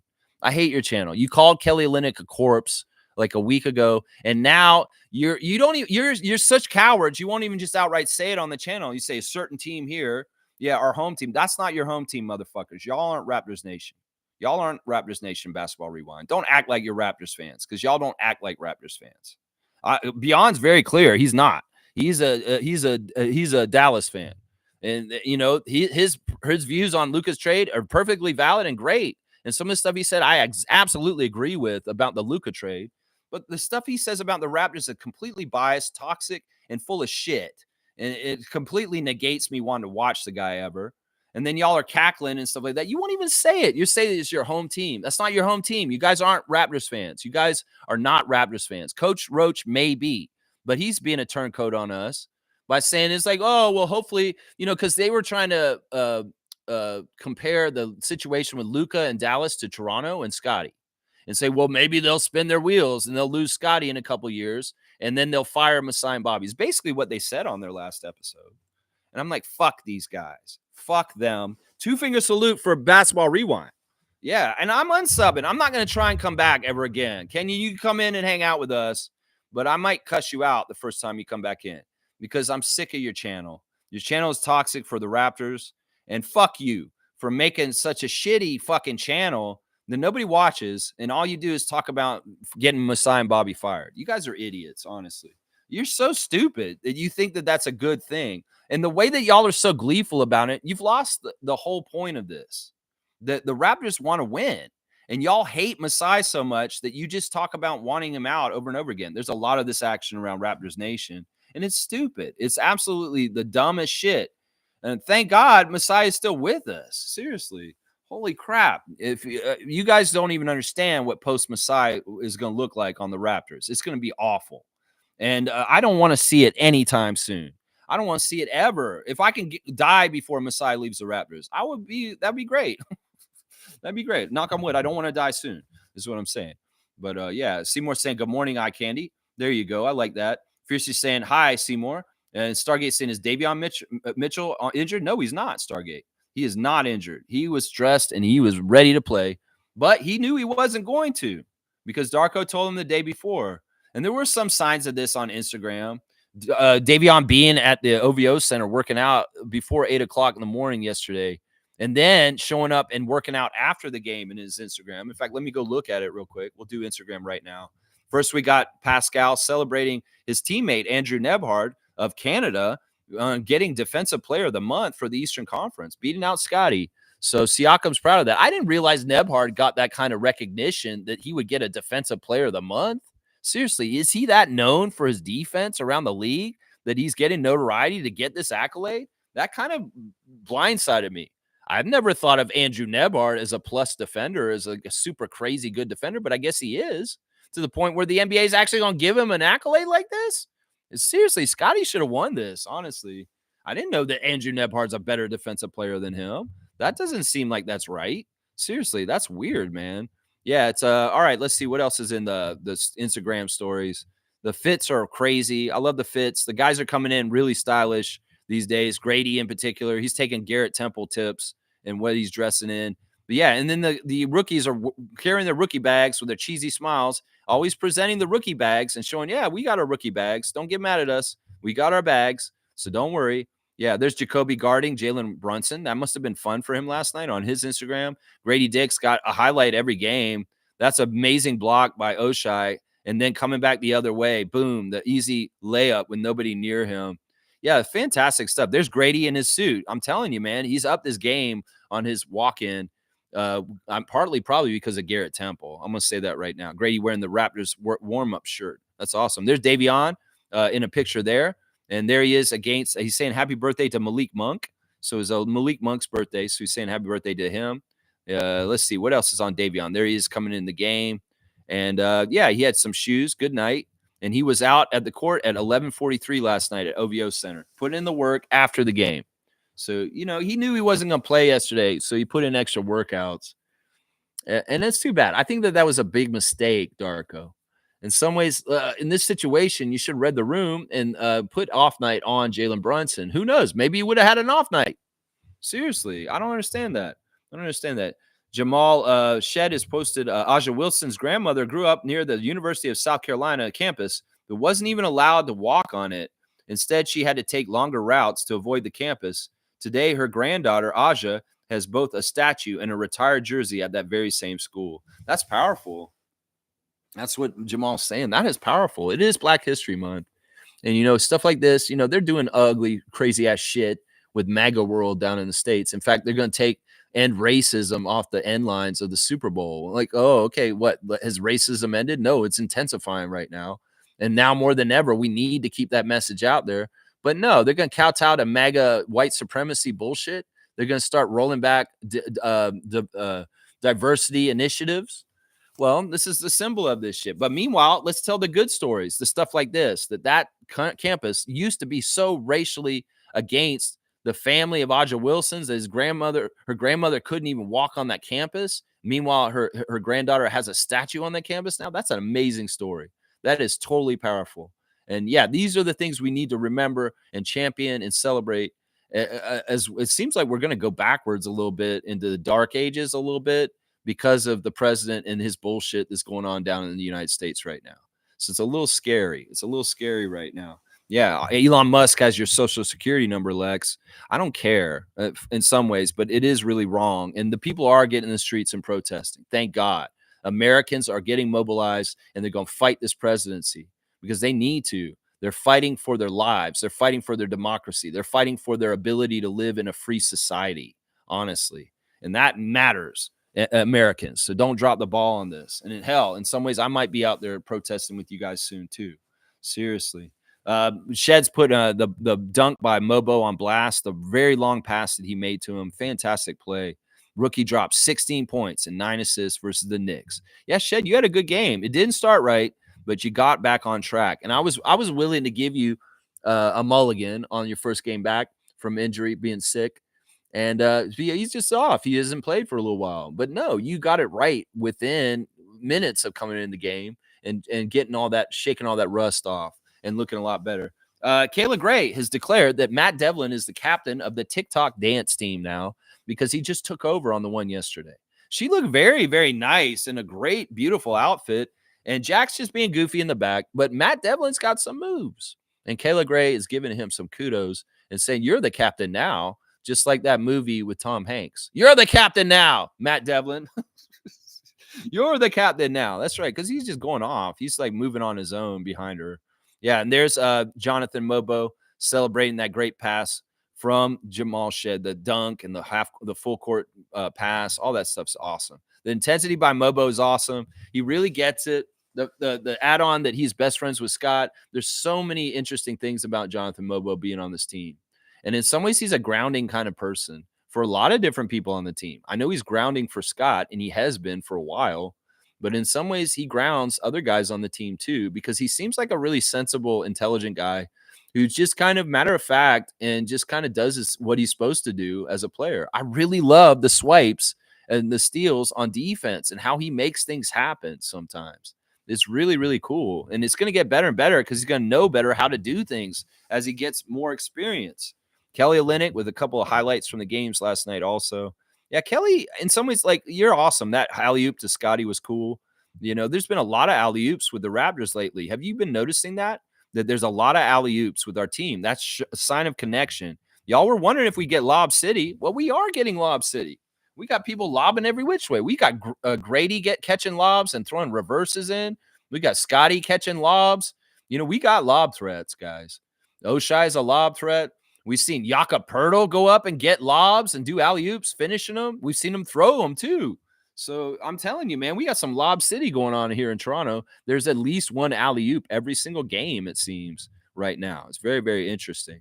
AJ Lawson with a couple of scenes from his 905 career. That's right. Now, starting five all got double digits last night against the Mad Ants. Too bad they couldn't win.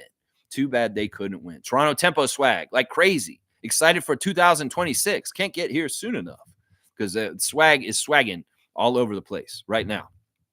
Let's see. Jamal McGlure has got some sort of event called the Power of Connection in Toronto 2025, and he is going to be an ambassador for Carnival. Oh, okay. It's him once again being recognized as one of the ambassadors for the parade in the summer in August. Of course, the big Carnival. Of course, he's always an ambassador. He's somebody who's involved in that event very, very closely. And I love to see that. And there's the 30th anniversary symbols and We the North stuff. Jamal's got on there. He's a proud alumni and a part of our organization. And he's ready for 90s night tonight. Yeah, Jamal, you were playing in the 90s, weren't you? Or were you after the 90s? You got drafted in 2000s or something, or maybe you were in the 90s. I don't know. Either way, let's see. Is there anything else I want to look at? Not really. 905 stuff with their score and after the game. And there's a Malachi Flynn story. I don't know what's going on there. I don't care. All right, there's your Instagram stories for today. Yeah, Davion knew he wasn't playing. That's why he got the extra workouts in last night and in the morning yesterday. It is what it is. It is what it is. Jakob ain't going nowhere. That's right. Stargate saying, I would love to sit down with Carl Lane and talk Star Wars. That'd be kind of an interesting show. The NBA refs put out so much material about themselves now.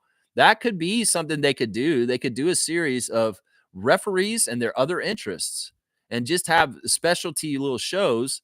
Like, there's a channel called Wired that I watch on YouTube that has like interviews. They had one with Bill Gates this week. It's really weird. But anyway, they could do that little format where there's like a host and they say, hi, welcome to the NBA Ref Show.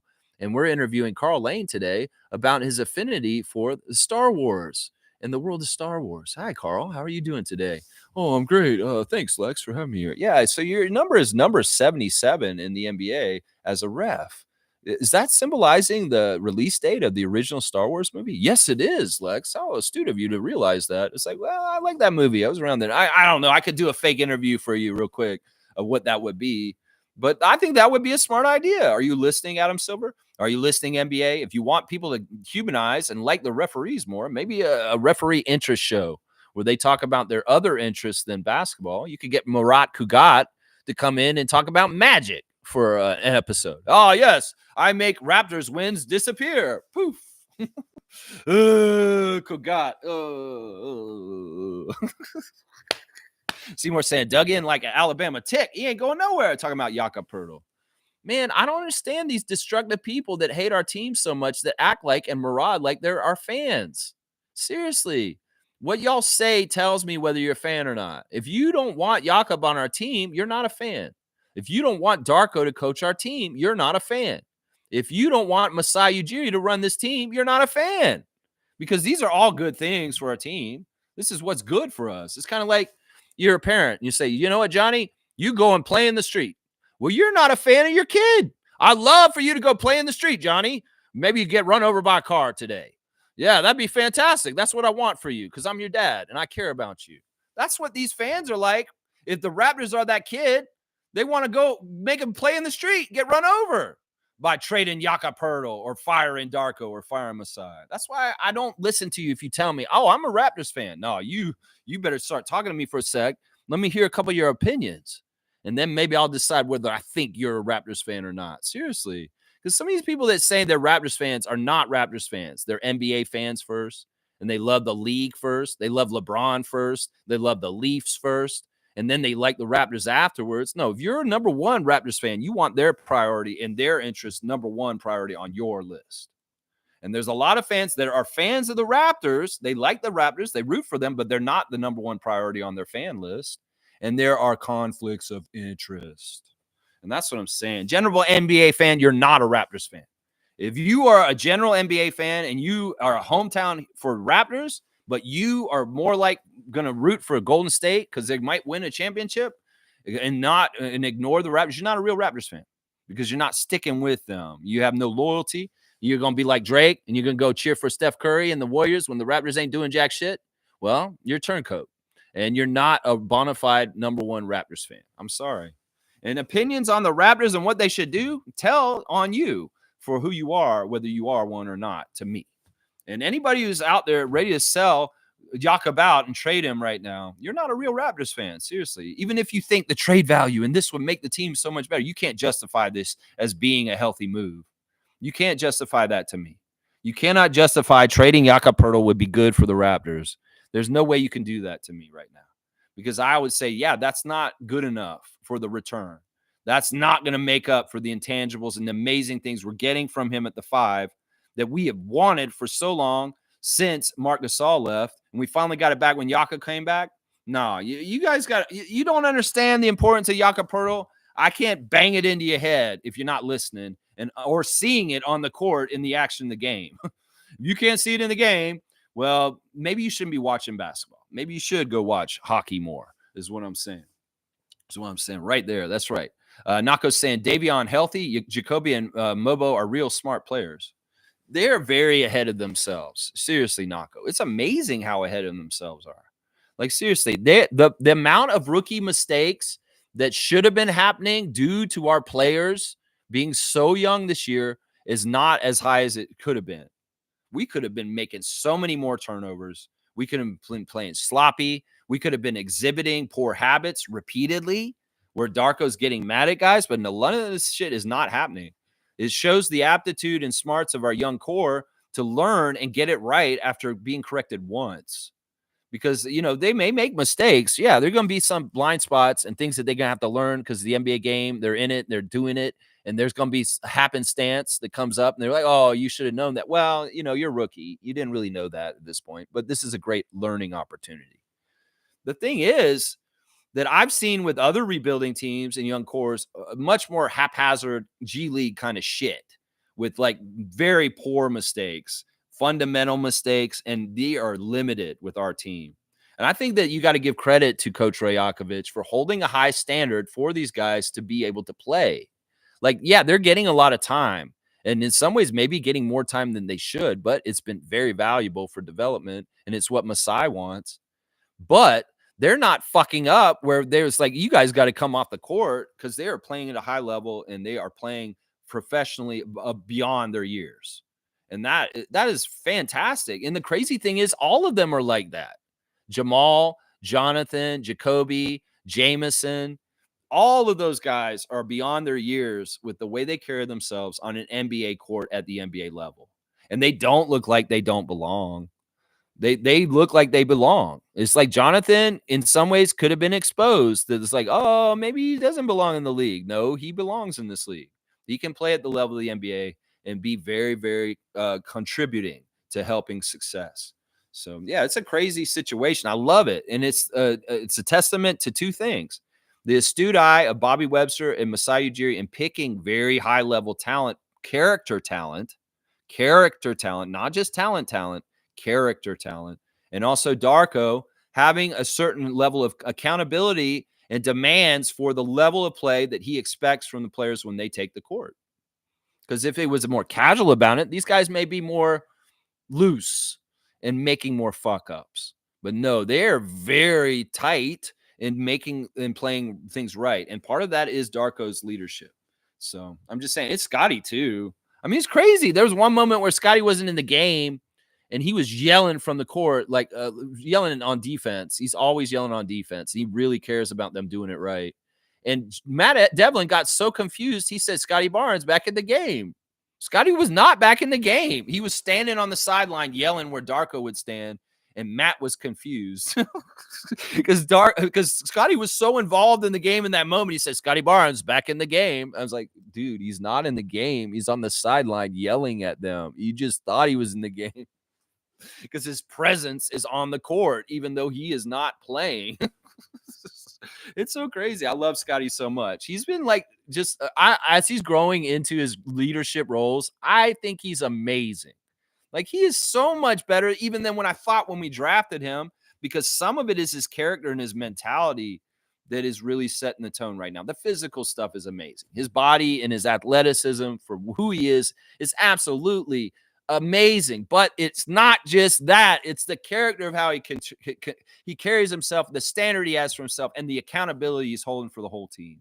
That is an amazing leader. In fact, there's not many leaders like this in the NBA right now at that age that has that wherewithal and understanding. Once again, just like what I was describing for Grady and Jacoby and Jamal, ahead of their years and their years. Scotty's ahead of his years as a leader at his age, as a franchise player, and understanding. And in some ways, he understands the extra shit, the shit that Luka won't do to lead a team, the shit that certain players just won't do because it's dirty work. It doesn't necessarily show up on the stat sheet.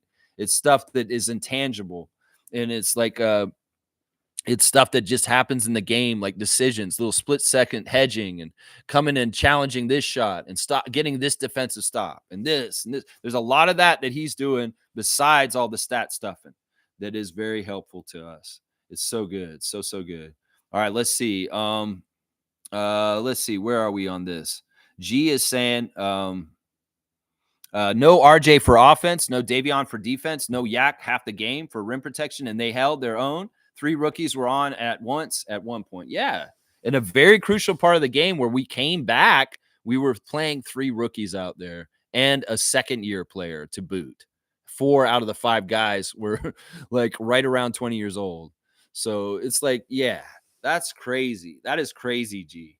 Crazy. Seymour saying, Nako, check out Abdi Bashir Jr. research. Okay. You're not asking for a scout of the day because it is an even day. I mean, an odd day. We were supposed to have a scout yesterday, but nobody asked for one, so we didn't do one. I should maybe do this, but the stream is so long today with 2 reactions and a preview. So I don't know. We'll save this one. Ask me tomorrow. I'll do this name tomorrow, Seymour. I know you're asking him to look at it, but I wasn't going to do a scout today because it's an odd day. Randolph's here. Beloved Raptor Freaks, most informative gang on this game. Let's enjoy the knocks and the bruises that builds mental and physical muscle and strength to become the greatest. That's one of the common statements is whatever doesn't kill you makes you stronger. And well, getting NBA experience against a physical team like the Knicks is very, very good to make us stronger and understand the force that we're going to meet at certain points in an NBA world that you have to come and take it to and try and compete with and beat. So yeah, we may have lost last night, but this is a learning thing. And we learned something about the physicality of Cat and Jalen Brunson, and what it takes to try and stop them is a lot. And that's right. 100%. Nako saying at Seymour, Bashir Jr. weirdly reminds me of Delano. I like his handle and speed. And I think he has a good 3-point for him. I think he'd be a good second-round pick. Doesn't look like he's on any draft boards, though. Okay, maybe I might have to scout this person. I don't know. Cool Cat saying, good morning, Raptor Freak crew. I don't mind the loss last night. I was proud that we forced the Knicks to play hard. Knicks experience won the game. Year 1 of rebuild is going good. Yeah, their experience is part of the factors. Their experience is part of the factors. And, there were a lot of factors. I've kind of named them, Yaka being out, Davion not playing. The referees were a factor in deciding some 50-50 stuff in the favor of the Knicks. There's a few factors, but yeah, the experience, and Tom Thibodeau did manage the game really well as a coach. He was in trouble. His team was exhausted, but in some ways he played enough of his bench late in the game. People like Cameron Payne and Huck Porty, those guys came in and they spelled the starters for some minutes that mattered. And they were just fresh enough at the end for Jalen to make a big shot and make a dagger. So yeah, there was a couple of things going on there, but yeah, it's not a loss that's embarrassing or makes you mad. It's a respectable loss, but there's no moral victories. Once again, it's all learning in the process of rebuild. That's right. Seymour saying salute to Nako. There you go. Live long and prosper, guys. That's right. Fiercely saying not a Jalen Brunson fan, but I must admit he's extremely good at drawing fouls. They even mentioned stats of him scoring a lot in the paint, and free throws are up. Jalen, in some ways, he's not got an NBA body. Like, seriously, he's a little stubby kid. And like his arms are short. I think his arms are shorter than mine. I have longer arms than Jalen Brunson, probably. And the thing is, he makes the most out of his not athletic body. It really is the drive of Rick Brunson that did this to him. He was absolutely a taskmaster towards him and made him do crazy shit like carry hot coffee or something. There's all kinds of crazy stories about how Rick Brunson trained Jalen Brunson to be this person. It's crazy because it's true. This guy has, in some ways, he has no physical talents other than he's strong and he is quick enough to play in the NBA to a degree. But he's not a big dude as far as height. And in some ways, he doesn't have long arms and he's not the most athletic. So he's really getting the most out of what he can do with his body. He really, really is. And a lot of it's really smarts. It's smarts and understanding how to draw fouls, like you said. Also, having really, really dedicated long, long hours of work, putting in a lot of shots to make those shots perfect and shoot like the way he does. So there's a lot of work that Jalen Brunson has put into his game to be who he is. I'm not a fan of him either. I think he's a dirty player. In some ways, I'm thinking about him last night in that game and Luka together in Dallas a few years ago and thinking what could have been for the Mavericks. Wow, they really going to be thinking this now that Doncic is gone. But they had Brunson and Doncic, and then Brunson took off on them and went to New York. Man, they really had something that they were building at that time if they could have locked it down and kept them there. That's something I don't want to have a regret for in the future, Raptors. So be really careful about which young players you select to go forward with us in the future and which ones you let walk. Because Dallas letting Jalen Brunson walk to New York was a huge fail. Huge, huge fail. And I know that in some ways they didn't have any power of that because Jalen had already made up his decision to join his father on the New York Knicks. But if they could have done anything to stop that and kept him with Luka, maybe Luka's not in a Lakers jersey right now. Seriously, because that is kind of where the Mavs started spinning their wheels is after Brunson went to New York. They started spinning their wheels then. They were on their way up with Brunson next to Luka, and they didn't keep him, and that screwed them up. Fiercely saying, yes, a cool cat. We had our rookies playing against their starters. It was a joy to watch. And they were doing pretty good. They didn't look totally overmatched, and they didn't make a lot of mistakes, which is what we want to see. Smooth saying, Kelly's ideal role is a 4. He's never been a 5. He gets destroyed at the 5. It's ugly to watch, actually. This is true. I'll agree with Reggie on this. Maybe at some point when Kelly was a little bit more able to get around, he could cover the 5. But I think you're right. In some ways, he's too slow, and he's not big enough and tall enough to kind of hold guys back. The only way, all right, he's going to obviously probably start Kelly tonight against Zach. And in some ways, part of it was that, they are Team Canada teammates, and they are friendly. And who knows, maybe Zach will kind of go easier on Kelly than Orlando Robinson. I don't know. I'm really worried about this matchup with Zach Edey tonight because he can really be a difference with Jakob out like he was the first time we played them.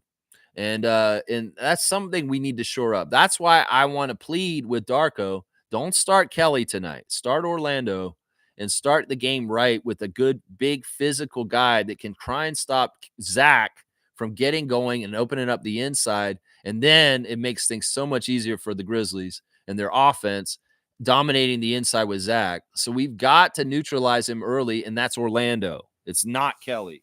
Kelly is not going to neutralize Zach. So Orlando has the best shot just because physically he's big enough. Yeah, Reggie's right. I think this is true. Kelly Olynyk is a 4 that can sometimes get away with playing the 5 if they're playing a small 5. But if it's a true 5, he's screwed. If it's a true 5 like Cat, like Zach, like Embiid, then in some ways Kelly don't need to be out there with them. Unless he can be scrappy and strip the ball and do kind of little dirty things to kind of make up for messing them up. And he can do that. I'll have to give him credit. He can be very savvy and knowing when to kind of strip things or even know how to foul people or maybe even put them off balance a little bit so they'll miss their shots. So there's some knowledge there, but you're right. His size is not a true 5. His size is not a true 5. And if there's a true 5 out there, he should not be matched up with him for most of the game. Maybe in spot duty here and there, the breather for the real center. But yeah, I'll agree with Reggie on this, man. Reggie's also saying some Mavs fans are canceling their season tickets, and they're also telling other fans not to watch their games. Yeah, I'm not surprised by this. I mean, I would be pissed too. This is similar to when Vince went to New Jersey on us. This is except that it wasn't Luka's not a villain in this, but they still feel the loss and the void. It's similar to when Shaq chose LA over the Magic and the misery and the anger that Orlando Magic fans had towards Shaquille O'Neal at that time was really, really crazy. So, yeah, this sucks. There's a void, and I don't blame Mavericks fans for this. And you know what? The Mavs are refunding the tickets because in some ways they advertise Luka Doncic as their product, and it's not on the shelves anymore. So in some ways, legally, they have a right to get their money back, and they are doing it. So, hey, if the genocidal idiot that owns the Mavs is losing money because of this, hey, I'm all about that. I'm all about that. And this is crazy. I'll do a little side real quick. In the election, some people didn't vote for Kamala because of her stance on Gaza. Well, how do y'all feel about this now? Have you heard of what Trump has said now? He wants to go ahead and send the U.S. military into Gaza to take it over and take charge of it as a U.S. Asset. That's not better than what Kamala was saying, what she wanted. And they want to destroy the Palestinians more than Kamala ever did. Sure, Biden and Kamala did not help things by funding the money towards Israel to destroy the Palestinian people. And y'all had an objection to that. But did you not realize if voting against Kamala was not the right option because Trump is way worse for the Palestinians? Seriously? You didn't even realize this, did you? There's a lot of stuff that they lied to people and they just like went along with it. And it's so stupid. Yeah, they're basically going to try and wipe the floor off of the earth of Palestinians. The foreign aid has been halted for everywhere else in the world except for Israel. They're straight up sending another $1 billion to the war machine that is decimating a population in genocide. And they were going to stop all foreign aid for people that are starving too. So there's all kinds of death that's going to come from Donald Trump right now, starving children in Somalia and more bombed out Palestinian children also. Yeah. Anybody who made a vote against Kamala because of her stance and Biden's stance on Israel, y'all are fucking idiots. There's different levels of evil. Sure, Biden and Kamala are evil for supporting genocide, but you don't even understand how much Trump loves supporting a genocide and how he'll even advance it even further. So anybody who did not vote for Kamala because of the issue of Israel, y'all are idiots. And I never made that a sticking point where I wouldn't vote for her, even if I disagreed with her sending money to bomb Palestinians. So that's just the damn truth right there. Trump is going to finish the job worse. He's going to try to finish the job by eradicating the world of that population. That is genocide. And everybody needs to document this for the history books and tell the truth in the end. Just like the genocide of native people on this continent when the settlers came in the original time too. They're going to talk about, oh, the pilgrims and all this. No, the reality was that people came here and did genocide to Native Americans that were on this continent already. So I'm just saying, I want to keep the truth out there. Seriously. G saying also the Knicks starters played near 40 minutes where Raptors starter played 30 or less. That's just the calling card of Thibodeau and the way he runs that team. He can't do anything else but be Nick Nurse. And that's what they going to do. Nick Nurse going to Nick Nurse and Thibodeau going to Thibodeau. That's just how it goes. You know, OG not playing was helpful to the Raptors. And in some ways, Precious being in the starting lineup instead of OG was fun. It was kind of fun to see Precious versus Scotty. There's a little bit of trash talk. In some ways, I don't think Precious is embracing his Raptors roots. In some ways, it's just like when he played for us. He showed a get up and get after the Miami Heat after he came to us. And he kind of showed that last night. They were kind of saying that in the broadcast. The Precious Achiuwa likes to get revenge against his former teams. And he was kind of doing that to us last night. He was playing pretty good. He still had his warts and his problems with turnovers and dumb stuff. But Precious was pretty good last night overall. He had a three, and he had some other stuff that he did in the game last night that was very helpful to the Knicks in winning. Yeah, 7 of 11 for Precious, 1 of 3 from 3, 2 of 2 at the free throw line, 8 rebounds, 6 offensive rebounds. So Precious was absolutely killing the offensive boards. 2 assists, 3 steals, 2 blocks, 3 turnovers. He fouled out, 17 points for Precious in 36 minutes. Yeah, he wasn't totally OG, but he was kind of filling for OG. So, yeah, let's see. Smooth saying, wow, this trade has far reaching consequences. I feel so horrible for Dallas. My heart goes out to them. Yeah, after the story yesterday of Luka's dad saying that he didn't deserve this trade, all kinds of media people came out to try and help the Lakers reinforce and take to this. In fact, they got Luka publicly out with Lakers gear on, and he's saying, yeah, I've been in shell shock for the last 48 hours. The first day was awful. I was really going through my feelings, but now I've shown up in LA. I've talked to them. They told him, I'm sure it's what it is. Adam Silver, Rob Pelinka, and everybody, JJ Redick, came to him and said, look, you're playing for the Lakers now. You can be all emotional about being leaving Dallas, but don't get it twisted. You have to do this. You're part of the big organization, and it's your responsibility to help the organization, the NBA, be making money and having attractiveness to it. So you got to get out of your doldrums, and you've got to be happy and show that you're okay with being a Laker. And he did. He came out with window dressing, little half-ass smile, and holding up a Laker jersey in front of him. I'm telling you right now, this is not going to go smooth with Luka in LA. You guys can think you've got it made now and you can feel so good, but I can read the tea leaves. There's some things that just aren't right about this. And there are rumors and rumbles that Luka does not intend to sign an extension with the Lakers. There's also something. Brian Winders came out with this yesterday, and I'm kind of like, yeah, you're a bullshit artist. In some ways, you're saying this to help solidify the new era of Luka being on the Lakers, because he said this, and he's like, I've heard through the grapevine that Luka's relationship with the Mavericks was fractured, is what he said yesterday. I don't get this, man. In some ways, he was trying to cite that him being hurt so much and not rushing to come back through his injury is part of it. But that doesn't make sense, Brian. I'm going to Winders you. I'm going to Winders today. Wait a second, Brian. That doesn't make sense.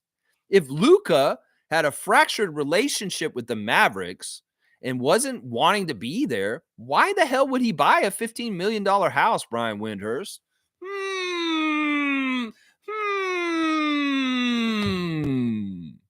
How the hell is a fractured relationship so bad that a man's about to jump $15 million on a new residence at that place? Are you just making up bullshit to solidify the thing about why this trade happened? Because a lot of people are saying, why did this happen like this? And some people are trying to say, oh, the Mavericks were more desperate than you think. Okay, but that doesn't answer our question why they didn't go and talk to other teams and shop around and see what the best deal they could get for Luka was. No, this was a forced trade by Adam Silver. And even NBA insiders like Kevin Garnett and other people are calling it out and calling it exactly what it is.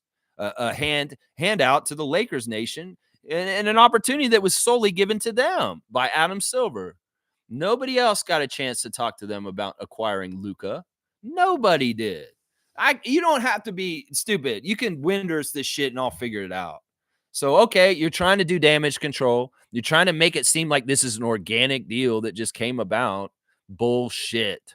And Brian Winders can make up the bullshit that he's had a fractured relationship with the ownership of the Mavericks.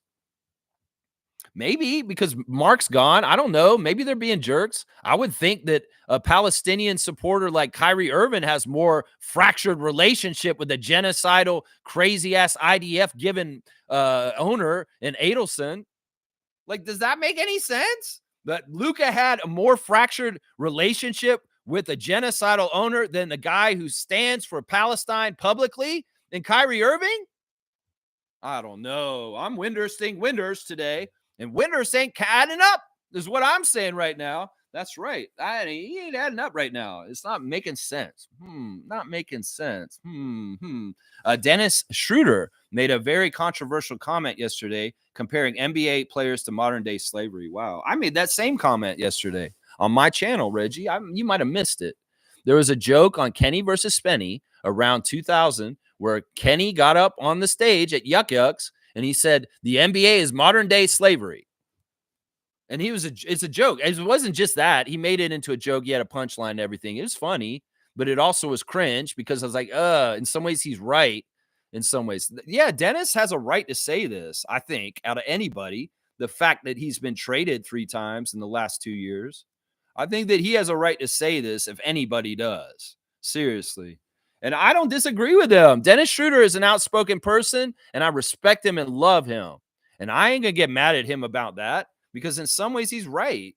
I mean, listen, they're making millions of dollars. It's true. But these people are still getting traded like slaves used to. And nobody wants to say it in a comfortable way like that. But it's a damn truth. Well, white guys are getting traded too. Luka got traded just like that. So it's like, in some ways, this is true. If you don't have control of your life and people are controlling you like this, it is like that. It kind of is like that. Now, some people say it's a luxury and a privilege to play professional sports and make tons and tons of money and do this. So what are you saying? This is a joke, right? Because this is not comparable. Well, in some dynamics, it is comparable. And those are the ones that Dennis is talking about right now. The joy on young Dennis Schroeder Jr.'s face when he wanted a Raptors cake and then his dad got traded at his birthday cake. I mean, I'm just saying, in some ways, Dennis isn't wrong. He's not wrong. He may be not totally it's not totally fair, but in some ways he's not wrong. I'm going to say that. Seymour saying, I never heard of Basketball Rewind. Oh, well. Yeah, he came in here for a couple weeks recently, and it made me want to watch his channel again because he was showing support. So that's what I do. Like, if people are showing support, come to the channel, I'll go watch their channels, like Play It Again Sue, like Logical Raptors Fanatic, like Nuggy Ruggy. Well, I made the mistake of watching Basketball Rewind. And I just realized these guys shouldn't really be doing this show. I mean, I could see Coach Roach doing good work somewhere else. But in some ways, Beyond needs to go do stuff for other team. He shouldn't be on a Raptors podcast. He should be on a general NBA podcast, which is not what Basketball Rewind is, because they focus on the Raptors a lot. And Kenyon, I don't know what you're doing, man. You're a goof as a host. And in some ways, some of this stuff, you're just disorganized. There's a lot of pauses. There's a lot of like uncomfortableness. In some ways, you're not a good host at running things and keeping them smooth. And in some ways, you're too opinionated to be just a general host. In some ways, you should be the host and not be putting your own views out, just kind of moderating the whole show and letting Coach Roach and Beyond do their opinionating. And you should just be like a host, a Tony Reale, so to speak.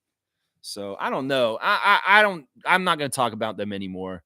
I'll slam them today because they slam my man Masai, and they do that regularly. And in some ways, I got 2-finger salute for those guys right now. I'm sorry, Kenyon. I tried to like your channel. I hate your channel. I just do. I'm sorry. If you like my channel, well, I appreciate that. You can come in here and talk to us anytime. Anytime. Anytime.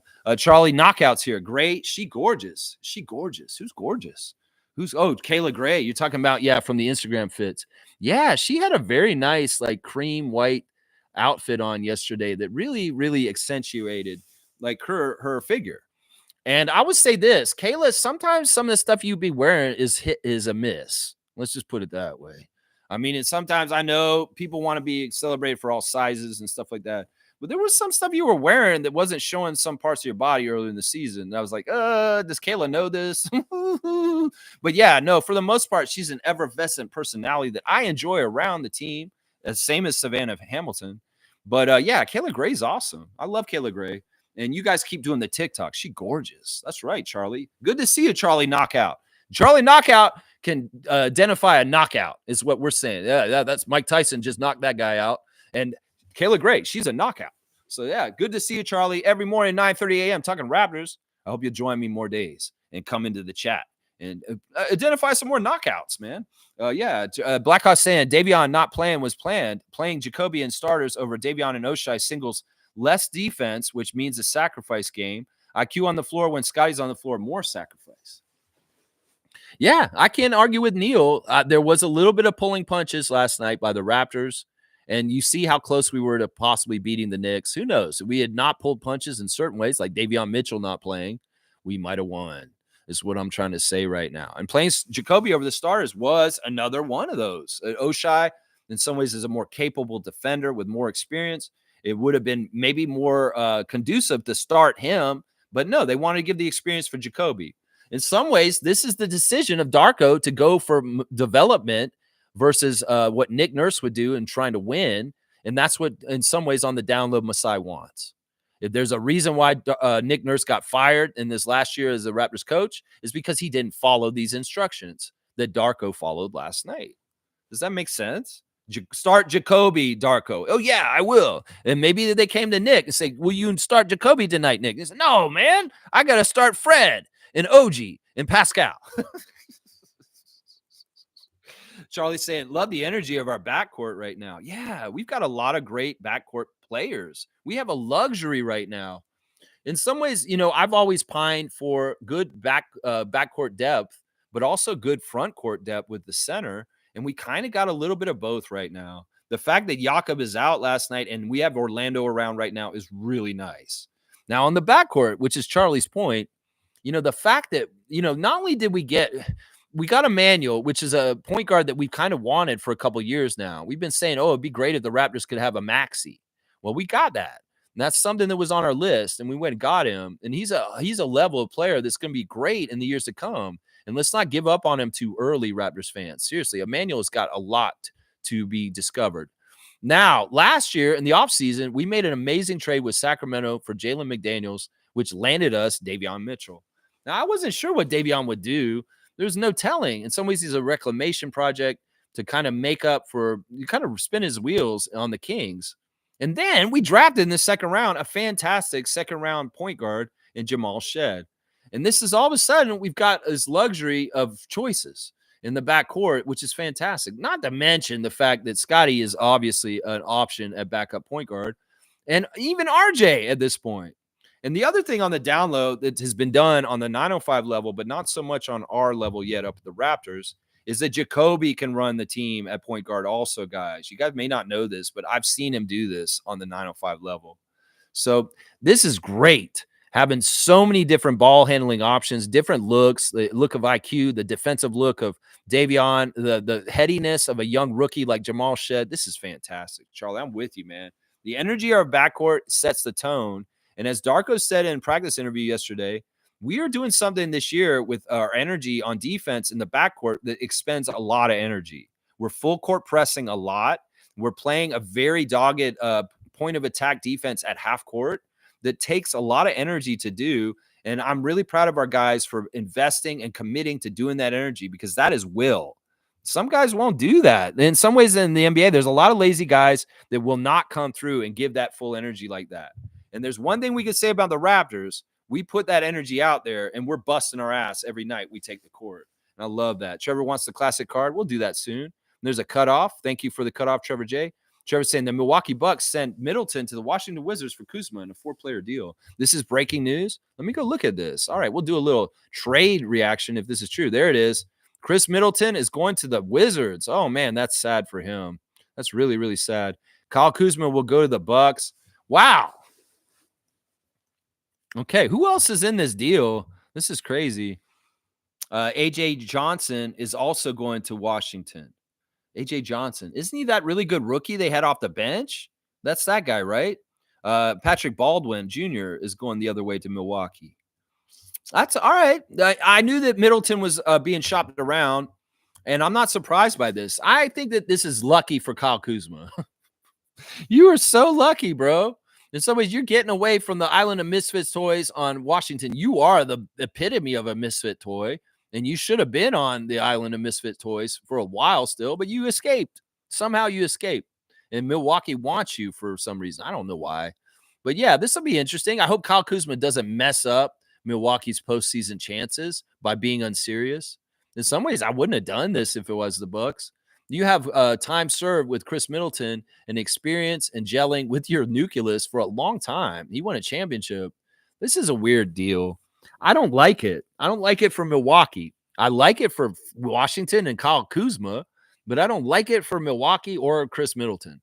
I think this is a downgrade for the Bucks, and I think that in some ways the Wizards just robbed them because Chris Middleton's a way steady better player than Kyle Kuzma in my eyes. Wow, interesting deal. I also see a headline on here saying that LeBron thought that the Luka AD trade was a hoax.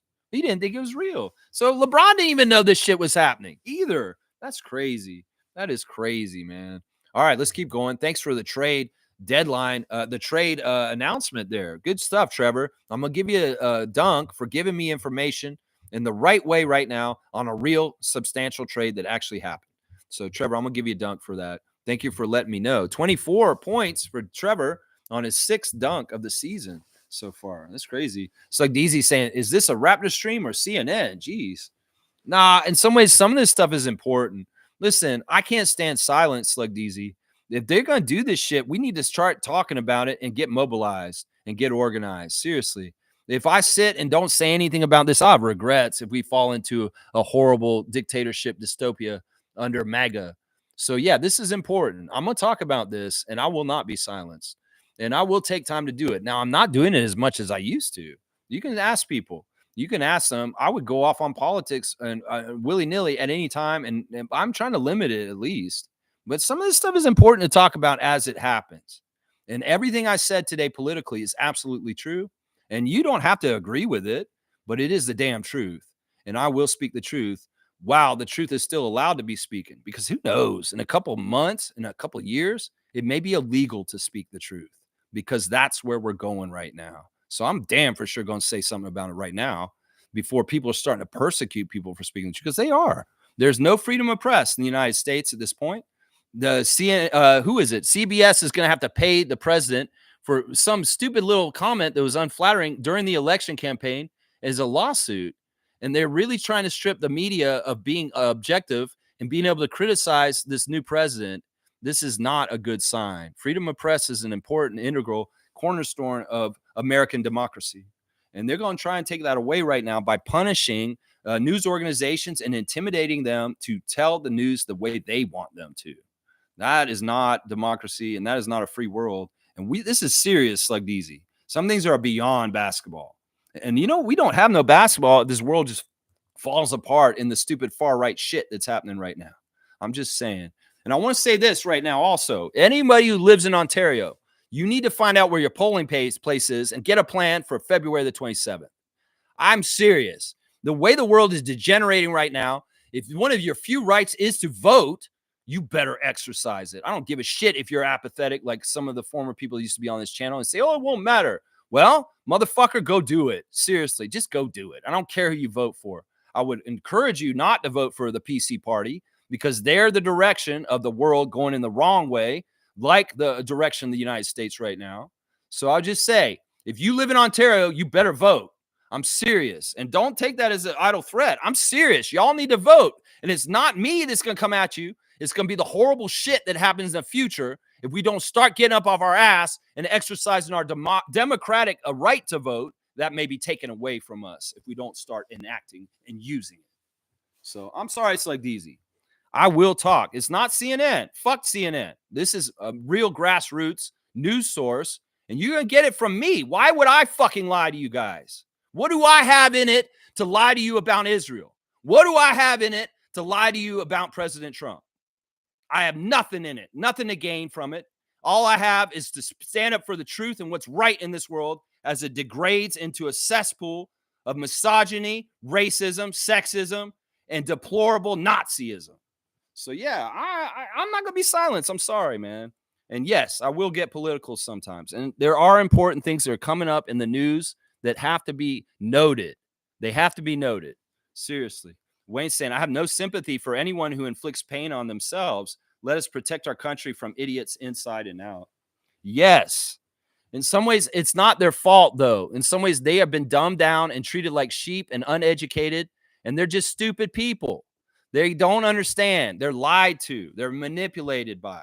They're easily duped by social media and media, and it sucks. In some ways, I wish they were more critical thinking, free thinkers. They could see the whole picture and understand it.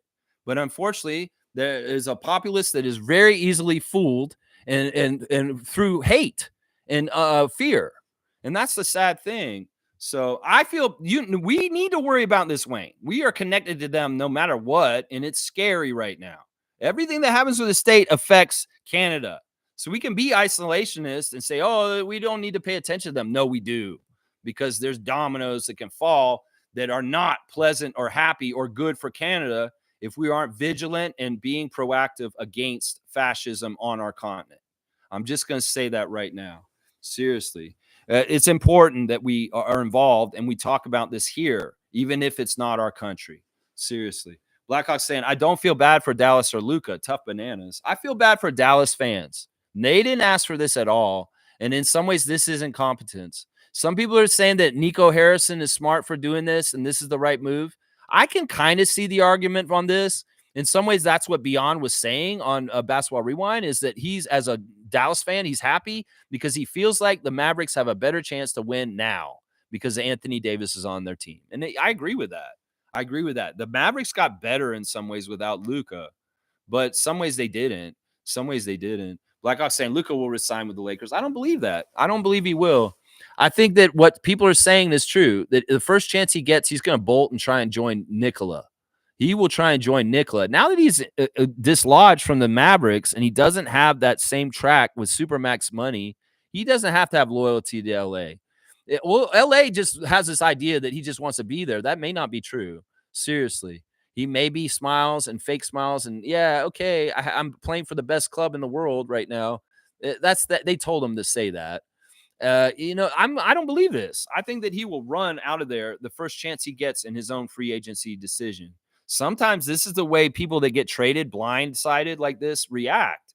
They hate having their ability to make their own decisions taken from them. So they really make free agency decisions for themselves when they are able to and take control of their destiny at that point. They lose control of their destiny like Luka did on Sunday. Well, the next time he gets the chance to hold on to his control of his destiny, he will enforce it. Trust me. Yeah. Fiercely saying Lex Winders think Brian Winders is gold. Media putting out shit and playing in our faces. Yeah, I mean, you can say this, but I can Winders your ass and show you just a lie in what you're saying. Why the fuck, if it was so fractured, would he go and buy a house like that? It was so fractured and he really wanted out there. Why is he setting in such long-term roots of a $15 million house in Dallas if it's so fractured? Maybe it was fractured for the front office with Luka because they weren't happy with him and how much they were getting out of him. But that's a one-sided thing. And it's not Luka that it was fractured with. It was maybe the front office was being stupid since Mark Cuban's not in charge anymore. That's right. Blackhawks saying the only fractured relationship is with the casino Dewey Bet that Mark Cuban sold his stakes to. That's exactly what I was just saying. That's probably what it is. I don't know. Either way, they didn't think that Luka was the guy to go forward with, and that's Dallas's front office's decision. That is their decision. Even if Adam Silver told them they had to make it, well, they made the decision. They did it. They did it. So Stargate saying Hoop Reports channel has an excellent video on the trade. I encourage everyone to go watch it. The title is This NBA Trade Was a Complete Scam. It goes deep. Go watch it. Very, very interesting. I mean, in some ways, they're not even trying to hide it. This is completely unfair for the rest of the league. And the Lakers got a benefit handed to them by Adam Silver. And we can see right through it. We understand this kind of shit. And I love that people are making content on this. I agree with Stargate. Y'all watch Hoop Reports. I haven't watched it, but that sounds like something I'd want to watch. Blackhawks saying NBA is a slave trading block, but we are the ones going through modern day slavery to pay for the inflated house prices. That, you know what? This is getting even deeper. This is part of the problem. The billionaire class looks at us as cattle. They look at us as on the down low wage slaves. You know, the whole thing is set up for us to just grind and have no time to think for ourselves. And that's part of the reason why I need to do what I do, because I do have time to think for all of us. And when I'm able to talk about it, I can do the time while some people are doing other things and they don't have the time. Well, I have some time to think in my life, in my lifestyle. And in some ways, that's why I want to use my luxury of that to be helpful in thinking things through and clearly while they keep us in the rat race, trying to just ends meet. We don't have time to worry about this. I have to worry about this and paying this dentist appointment for my child, and I have to do this and this and this. And they don't give you enough time to even catch up and think about what the hell they are putting us through. So in some ways, people like me, they're calling it out and saying it. is important for the world, because seriously, they'll run you to the ground and try and wage slave labor market like it is right now, just trying to make ends meet. You have no time or energy to do anything else but to chase that dollar just to make your head above water. And that is part of the design of the control, is what I'm trying to say right now. Yeah. I mean, it's insane, the prices and stuff. And they're saying that, oh, we're going to make it hard on y'all on purpose. They wanted this to happen. They want the tariffs because in some ways, all right, I want to winders this on Trump real quick, guys. You know why he likes tariffs? You know why he likes tariffs so much? Because he pockets that shit. He gets all these countries to pay extra money on this shit. You know what happens? The companies put more on the prices. We pay that shit. We pay that shit. The consumer, the Americans do on their side and our side. We do too. And the thing is that tariff money, where does it go? It goes into tax coffers. Well, what are they doing with the tax coffers? The conservative parties in Canada and the United States right now, they're freezing those monies and just sitting on them.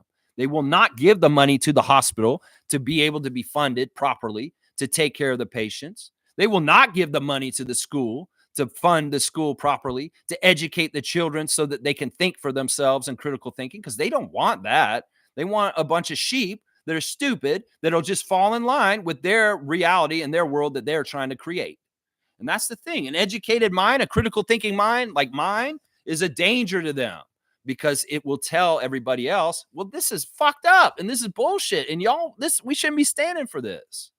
So there's a lot to this. There's levels. Sure, we could make an argument that today's society of capitalism in North America is just a modern day version of serfdom. It's the same damn shit as a king in a castle with a bunch of servants and serfs that work the land around them, that ain't got no chance for upward mobility, and all the spoils go to the king and the throne. It's the same kind of shit, except the billionaires are that throne that are taking all the spoils from the top, the 1%. Tom Duke, shame on you for standing up for rich people last year and turning your back on me over that. Shame on you, Tom Duke, is what I'm going to say right now. How you feel about this now, Tommy? Seriously, standing up for Elon Musk. You're an idiot, Tom, is what I'll say. I haven't even seen Tom or talked to Tom in months, and I'm going to call him an idiot right now for feeling like he needed to stand up for rich people, and that's the hill he died on this channel. What an idiot Tom Duke is. Seriously, you probably feel like more and more of an idiot, Tom, as time goes on, and you see exactly how much I was right.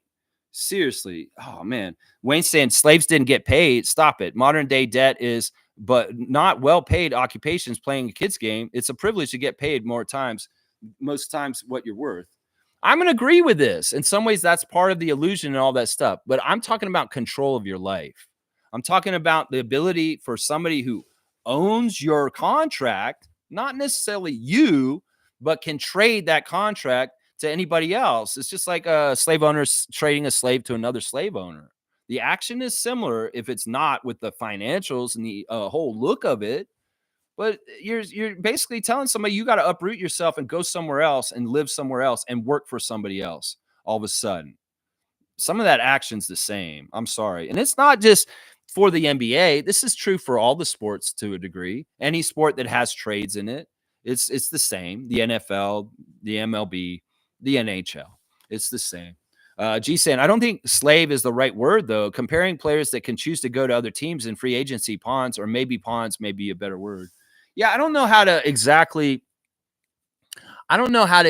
word this. This is controversial. In some ways, somebody don't want to talk about this subject, because especially somebody like me, because they could be racially insensitive and say something really fucked up. Well, I'm crazy. I have no topic that I'm not willing to go and look at and not be cringe, and also try and be fair with myself in my place of privilege. So in some ways, I'm looking at this and I'm saying, I mean, I get what you guys are saying, but once again, the old age of slavery got killed and went away with the Emancipation Proclamation, Abraham Lincoln. But, people that are in power, people that are power brokers that are at the top of society, they want to figure out new ways to game the system and make it so that they stay enriched and keep people down. Well, they just changed the system a little bit. It's not slavery, but you have to do certain things in society and capitalism to be able to keep yourself afloat. And, there's something called wage slavery. Let's just put it that way. And that is a very real thing for tons and tons of people around this world that are just trying to work 3 jobs just to make ends meet. And I mean, it's tough. It's tough. This is a touchy subject. And maybe in some ways I turn some people off with some of my takes on this, but I'm trying to explore this subject in a fair way and in some ways give it a venue when most people won't even talk about this. So in some ways, I would commend Dennis Schroeder with his comment if it's not totally exactly right, like you guys have pointed out, though. It's not exactly right. Pawns may be a better word. Maybe. I don't know what exactly is the right word. I don't know. Blackhawk's got the one finger salute out too. Yeah. Nako's saying your job can let you go for whatever reason they want. Your job can tell you you're not coming into work the next day. The NBA is probably harder. Hang on. Harder than people think. Calling it modern slavery is overstating it. Yeah, it's a simplification. But you know what it is? It's like I just said, the actions, some of the actions in the NBA with trades is reminiscent, is maybe what I should say. It's not exactly the same. It's not as horrible and crazy as a tragedy as slavery was. Obviously, I don't want to like poo-poo that. But also at the same time, maybe some of the actions or the feels around it are similar. Can we say that at least? If not, then they're not the same. You guys are right. Carlos saying pawns, employees, contractors. Yeah, contractors probably the fairest. I mean, it really is like how you want to look at things philosophically, and what does freedom mean to you? Is what I'm saying. What does freedom mean to you? Yeah, Fiercely saying I think Lex skipped a lot of comments starting from Smooth Brown Mountain saying, I really think Nico Harrison. All right, let me go back and let me see if I did, because honestly, I don't want to miss any comments. And if I clicked, oh yeah, Milbester's here. I didn't even see him. I skipped Milbester. Thank God. In some ways, that's kind of cool. In some ways, maybe I did skip a lot of comments. So I'm going to go ahead and get them right now. So you said Smooth was the first one with Nico. The Nico one. All right, I'll get to that one. Thank you, Fiercey, for getting me back there. Holy crap, I missed most of the comments, honestly. All right, here we go. Nico, he said, I really think Nico fucked Dallas on purpose. Him and Rob Pelinka have a long-standing relationship from his Nike days and Rob's time as a Kobe's agent. That may be very well true. And Adam Silver was fine with it. And the betting company was fine with it too. Because you got to think about what their motives are is that. And they know that this move will mean more money, even if they're losing them in Dallas themselves. Another rumor that's come out is that the organization that bought the Mavericks does not want to keep the team in Dallas. They want to move the team to Las Vegas. So a rumor that's coming out right now is saying that the Dallas Mavericks ownership is trying to destroy the team from within right now in Dallas so that they can justify moving the franchise to Las Vegas, because it's a Las Vegas casino that owns the team. But there's also the counterpoint that sports gambling has been opened up in Texas, and it's a new burgeoning market that can grow into. So maybe they wouldn't move the team, but there is a rumor that the destruction of the Mavs franchise right now by the ownership is because they want to move the team out of the city of Dallas and put it in Las Vegas. That's what I've heard, seriously. So he's saying you'll see in 1 or 2 years, Nico will be working for the Lakers. It will happen. I wouldn't put past this shit. This seems like this is very legit and possible. Yeah. Scotty's Defensive Player of the Month nominee. Keep it up, number 4. You'll eventually get it. Yeah, I love seeing that. It's not often that our Raptors get defensive nods, and Scotty got a defensive nod recently, which is fantastic. Fiercely saying, I've heard of them keeping the game balls, but didn't know about the hoops. Still, it's nice to hear Kawhi has it. Yeah, that blew me away. That was something I did not think I would ever hear. That Kawhi has the championship hoop from the Raptors championship at his house. That's crazy. Milbester is here. All right, Nick's Freak has come back to circle back. Let's see how he is this morning. Good morning, Lex. How was the game last night? Brunson isn't always a dirty player. That was just one moment. Yeah, it needed RJ this game, and they lost by 6. Barnes and Shed had nice games. Olynyk, too. Thank you, Milbester. Yeah, thank you for being here. That one play was very dirty. The one where he brought his leg up with Grady in the air. And Grady could have gotten hurt dangerously. So I really didn't like that move by Jalen Brunson near the beginning of the game where he undercut Grady and made him possible to hurt himself on a fall. Thank God Grady wasn't hurt. Yeah, those guys did really good. Did you notice what I said, Milbester, about our team being better now than the last time you saw us before Christmas? Or actually, you saw us in January even since then, and we're better from that game too. So Nako's saying young players connecting and bringing a competitive game is great for a rebuilding team. Good basketball was played. Yeah, they played very good basketball above their ages, and they haven't had many rookie mistakes. There's some here and there, but they're forgivable, and they're not super egregious, which is great. Milbester saying, but quickly didn't play well. 20 minutes and got 9 points. Brunson and Cat played well last night. Precious got 17, Lex. What's your thoughts on Precious and how he did? He did well. I thought he had some gumption to come against us as a former Raptor, and it was nice that he started. And I think that him and Scotty have a rivalry in some ways. They did when they were on the team together, and in some ways they enjoy playing with each other, against each other. I thought Precious was very good. He had a couple moments where he messed up, but for the most part, he was very solid for you guys. His offensive rebounding was huge last night. 6 offensive rebounds. Big, big, big deal. Nako's saying, happy for Precious. Looks like he found good consistency with the Knicks. Yeah, I don't know. He's probably up and down like he was with us. He's not probably that much more consistent, Nako. He had a good game last night, though. We'll say that. Carlos saying, morning, Lex and fellow freaks. Anyone concerned with IQ's defense? No, I thought he was amazing on Jalen early. You know what? Don't go by what Jalen did last night. They all played good defense on him. Jalen Brunson is just that good. Those guys played excellent defense on him. They were all over him and chasing him all around. That man made his shots through tough defense. So I'm not blaming IQ and Shed for Jalen Brunson's big game last night. I'm giving him kudos for being that kind of offensive player that can make his shots, because that's really what it was, honestly. Milbester saying, Lex, it's crazy how many times Brunson hits threes, late game shots to win games for Knicks. It's like the same night last night against the Raptors. Every time he does a late game shot, you know it's going in. Well, he's practiced them. He's made it very much something that he feels very comfortable and confident in, because he's probably done it a billion zillion times. Seriously, that's what it is. He's put in the hard work and it shows. He's put in the hard work and it shows. In some ways, they got to cover him better. Maybe we needed Davion Mitchell on him at the end of the game, and I will question that decision by Darko. I don't question Darko on many things, but Mitchell not playing last night was one of them. Isaac saying, breaking, the Milwaukee Bucks are trading Chris Middleton, AJ Johnson, and a pick swap to Washington for Kyle Kuzma, Patrick Baldwin, and a second-round draft compensation. Okay, yeah.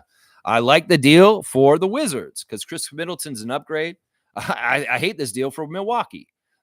I think Chris Middleton would have helped you more towards another championship, Milwaukee, than Kyle Kuzma. Once again, I'm going to question what the fuck the Bucks GM's thinking, especially since the Dame Lillard trade and the firing of Adrian Griffin.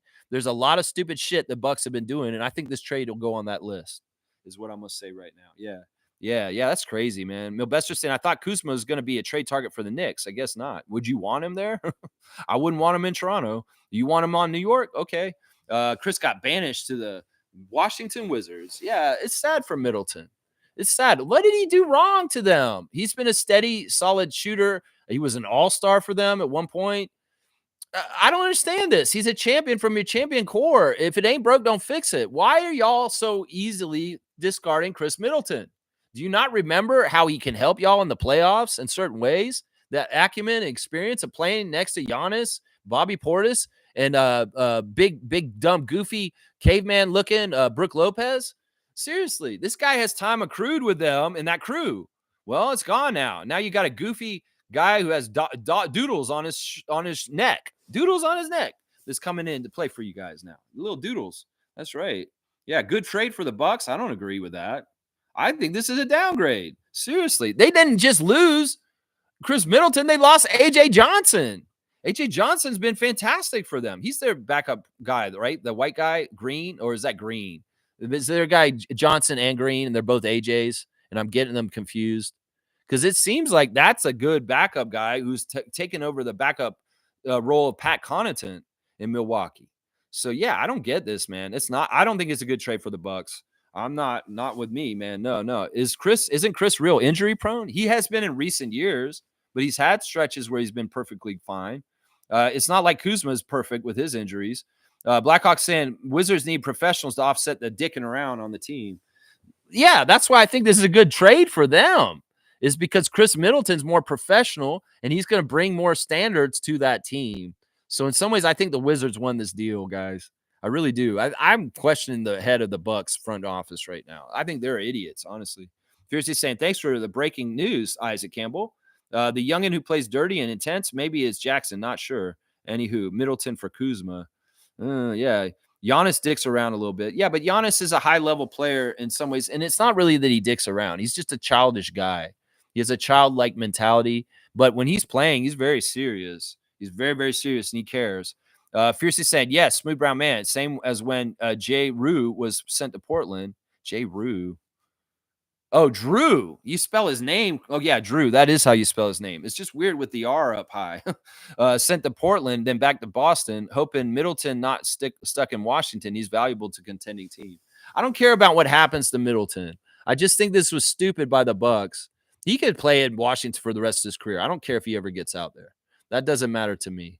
It is what it is. This is the NBA. And once again, we're talking about 5 minutes ago. He's an employee, a contractor. Well, you're getting sent to Washington, Chris. I'm sorry, guy. Yeah, thank you for your service and helping us win a championship, but we're going to send you off to Washington. That's a real nice thanks for Chris Middleton, champion of the Bucks. Jeez. Let's see. And yeah, the Drew Holiday deal is a very bad deal also.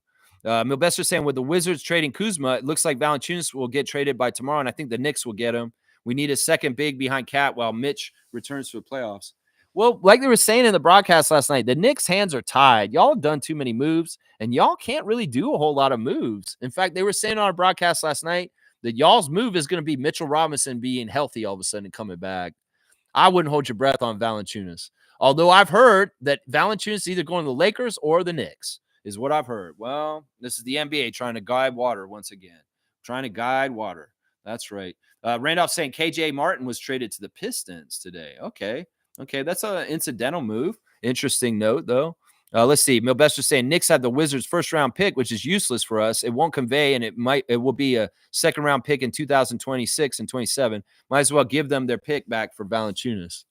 Yeah, maybe. I mean, that might be the way you can do it, is to get a first-round pick back and allow. Yeah, we'll have to see. I don't know. And maybe if it's not going to convey, maybe the Wizards like, we don't care. We're going to get it anyway. Why would we trade you Valanciunas? Winderstat. Ooh. So we're saying Bucks really did Chris dirty. Wow. Well, Kyle might thrive playing beside Giannis. Yeah, I don't take Kyle Kuzma seriously because he doesn't take life seriously. So wherever he goes and whatever he does, I'm not going to take seriously. I won't take it seriously. I won't even say this. I don't know if he'll thrive next to Giannis. I don't know if he'll do anything. I think he'll just be him. Black Ops say, I would prefer to see the 905 win with Mobo and Battle. They're closer to playoffs over there, which is good development. Yeah, in some ways, I don't agree with having Battle in Toronto last night when he could have been in Indiana helping them try and beat the Mad Ants. I don't agree with that personnel move. Yeah, in fact, they send Shed to 905 to tell him to bring back the trophy. Yeah, it's not too late to get Shed down there some minutes to really get ensconced in that nucleus. He has not been playing with them hardly at all this year. And in some ways, I want him to duplicate what Fred did. Go get a G League championship, Jamal Shed, like Fred VanVleet did before. If you really want to follow that path of success of Fred VanVleet, Shed VanVleet, you need to go get a G League championship. And this year might be the best year for you to do it. So, Darko, get Jamal down there and let him learn success on the G League level and feel the G League championship. That confidence that was given to Pascal Siakam and Fred VanVleet and those guys when they won that G League championship is what pushed them to be so successful on the bench mob and also helping to push us towards the 2019 championship. So we're going to duplicate this. Maybe the development is on the Raptors level in the main squad, but maybe the championship is strived for on the G League level because it's realistic and we could actually go all out for it. So don't sleep on this, Darko. I know Jamal's getting valuable minutes on the main squad, but it could be very valuable experience to win a G League championship on the Raptors 905. And I'm totally with you on that. I'm totally with you on that, Blackhawk. Let's send the guys down there more. We're more healthy on the upper squad, and we do have the ability. We don't have to send all of them. Jacoby could stay up as a first-round draft pick and work more with the Raptors main squad. But he would really help us win a championship down there if he was down there too. I mean, the Mad Ants were showing the clips of Siakam winning the G League championship because obviously they love Siakam in Indiana right now because he's part of their franchise. And the Mad Ants guys were like, we didn't see this and we didn't know this about Siakam because we didn't watch the 905 win a championship when they did with Pascal Siakam. But we love Siakam here in Indiana. And look at him winning a G League championship. Let's do this. Let's duplicate some of the blueprint from the first championship, and winning a G League championship in the years before a second NBA championship for the Raptors is a good sign of a wave coming up. That's right. That's what I'm trying to say right there. Bad for the Bucks. I think this is a bad trade for the Bucks. Kyle Kuzma's not serious. Chris Middleton's more of a professional player, and he would have helped them more, honestly. Kuzma's talented, but he's not focused. Let's just put it that way. G's saying, I hate tanking and losing. I had mixed feelings yesterday. Enjoyed the game, but to me, it was clear that it was about developing, which is good, but also felt some disappointment as well. It was clear to me. I know, and they were so close. You always have the mind is like, what little things could have been just different that could have added up to the Raptors being the winner last night, whether it was the refs, whether it's Davion, whether it's Jakob. There's a couple of RJ. That's another thing. We had RJ in the game last night. What would he have added in the deficit of what happened? Of course, the other side can say, well, what if we had OG? I know there's a lot of woulda, coulda, shoulda in there. But yeah, I get what you're saying. And I did feel a little bit of pulling punches last night too. And I don't like that. Carlos saying, Raptors Reddit whining, why aren't we making any moves? Laugh out loud. Maybe wait for the deadline first. No, the moves could be made right now. In some ways, these guys are going to be waiting every year like they do, and they'll be disappointed no matter what. It doesn't even matter if they make moves. They're going to be disappointed no matter what. We made moves like crazy last year, and it didn't matter. There's complaining and stupid shit either way. It doesn't matter what happens. Certain people are going to complain and whine and be stupid no matter what, whether we win, we lose, we trade, we don't trade. They're going to be whining and complaining either way. And that's just how it is. I should go to Raptors Reddit. Should I go to Raptors Reddit? We'll do the new segment. Let's go to Raptors Reddit, guys. For the first time ever on the Raptor Freak stream, we're going to go look at Raptors Reddit. Let's see. Where's Raptors Reddit? I got to find it on here. I don't have it there it is. All right, let's go to the first thing. And first dumb post I'm going to see here.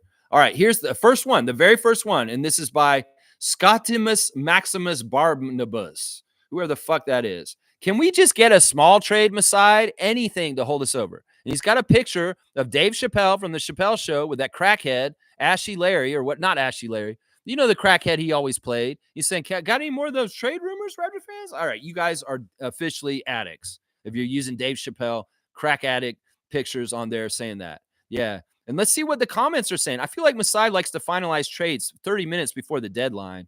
Okay, this is crazy. That's the most front offices unless there is a burning need. Exactly.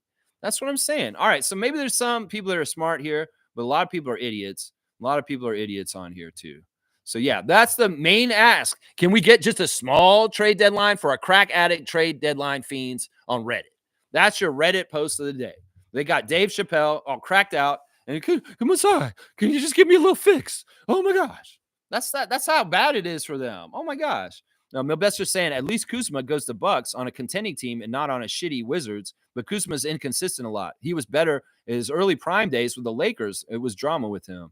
Yeah, he's still drama. It's not like the dude's matured or aged. We got rookies that are maturing within the season, like Jacoby Walter. And meanwhile, we got Kyle Kuzma 10 years in his league, and he ain't matured since he's been on Utah. Seriously, man, this guy is not matured or grown up in any kind of way, in a right way as a professional. Meanwhile, we got Grady Dick and Jacoby Walter. These guys are so young, and they are professionals through and through. And that's something Kyle Kuzma just isn't. So, yeah, you can be happy for Kyle Kuzma that he went from a shitty team to a contending team. I don't care about that. In some ways, Milwaukee, I'm wondering, you need your brain checked, I think is what you need right now. Yeah, I think you need your brain checked. Carlos saying, man, I'm seriously doubting that Kuzma and Giannis fit. Laugh out loud. This is a terrible trade. Yeah, I could see Kuzma pissing Giannis off. Seriously, Giannis gets mad at his teammates. He very much is an accountable kind of guy. And if Kyle Kuzma is going to come in there on serious, because that's one of the things that Giannis harped on in the last couple of years, right? What did he say? The ball boys need to do better. The health staff needs to do better. We all need to do better. And he started threatening people. And then the Bucks got all crazy and they're like, oh, we need to make Giannis happy. This move does not make Giannis happy. I could see Kyle Kuzma's unprofessionalism pissing Giannis off, and there being real chemistry problems because of this guy. Seriously. Seriously, I can see this. I think this is a terrible trade too, Carlo. I think so for the Bucks. Milbuster saying, Lex, so we swept you 2 seasons in a row. I know, and it sucks. I hate it. Last year's team was better than this year. I agree with that. I think your Knicks team was better last year. We had Dante and Randall with Bojan and Burks, all 4 not on the team anymore. It's not even those names I'm talking about. I'm talking about Isaiah. Dante, sure. Dante and Randall, but it's Isaiah. He's the one that y'all don't have no more that I'm like, man, that's who made your team better last year. I'm saying. Milbester saying Kuzma's a good player, but not a superstar like that. He never tried. He could have been, but he hasn't tried the right way. He's really weird, man. Like I was saying, real talk, Lex. I appreciate that. This has been a weird stream. I know I go all crazy on here. G saying, Milbester, with all due respect, we didn't play our best defender and played 3 rookies while Knicks played their starters 40 minutes to barely beat us last night. Knicks depth is not good. I'm going to give G a dunk for this because he had a reality check for Milbester here, and he's exactly right. Every point right there is exactly right. And like G said, he had a little bit of a problem with how it felt like we were pulling punches last night, just like me. 21 points for you, G. You're on your 7th dunk of the year right there. Wayne saying, morning, Raptor Freaks. Expected result, but the rookies didn't get the memo. Proud of them. Scotty got the memo and came in and derailed the effort by playing for fouls instead of fighting through. Yeah, I don't know if that's right. I don't know if that's exactly right. Nobody did anything intentional to lose last night. It's just the experience, acumen, and of knowing how to close a game out against a top playoff team like the Knicks was just not there. And what do you expect? You got 3 rookies, a second-year player, and Kelly Olynyk out there making the push to come back. I love that you said they didn't get the memo because they didn't realize how they're young and they're not supposed to do this. Well, they went in and did it anyway. They came out there and did it anyway. I love that. Milbester saying, gee, it's our bench that's not good. The issue is not our starting lineup. This is true. We have the best 5-man rotation in NBA. I'm not going to give you that, but you are one of the best. I will say that. It's our bench that sucks this year, and we traded too many of our players. Yes. I am complete agreement with Knicks Freak on all this stuff. He has a realistic view of his team, and in some ways, they're going to have to figure this out. Mitchell Robinson may be your add-on unless you trade him and you get somebody else for him. Milbester saying we overtraded in offseason trying to find a center, and it ruined our bench depth after trading Bridges. We gave up half our picks, and players in our bench depth fell apart, and then getting Cat. Yeah, and you guys are one of the teams that are really kind of like tied up where you can't have a lot of flexibility. You know, Knicks fans are going to be talking about wanting this player and doing this, but you guys will not realistically have the ability to do as much as you all think you can.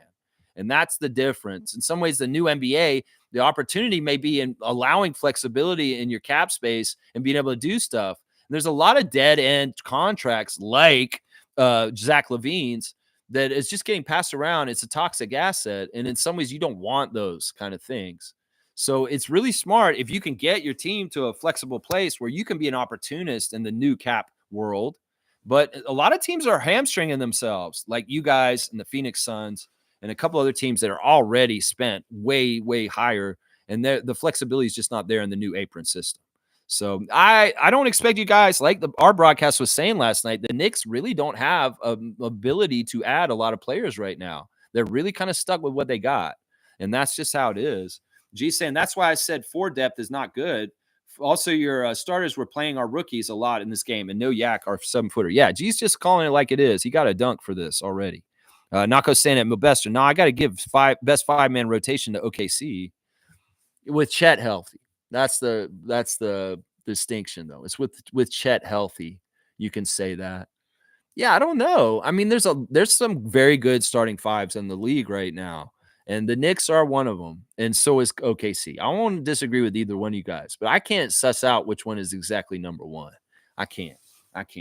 Milbester saying the Knicks have Shamet and Payne on 1-year deals and their rentals on our bench with Daddier and Kolek, who are our drafted rookies. We lost Dante, who was huge off the bench for us to get Cat. Yeah, and in some ways, Shamet and Payne are filling the spot for DiVincenzo, not with the same kind of vibrancy, obviously, and like team spirit as Dante, but they're trying to fill that void. Campaign's annoying, man. He's always been annoying to me. For some reason, he has big games against the Raptors. He's very, very annoying. Carlos saying facts. Basketball Rewind are Masai haters 100%. I tried to give them a chance, but they shit on him every chance. Put that channel on don't recommend and unsub.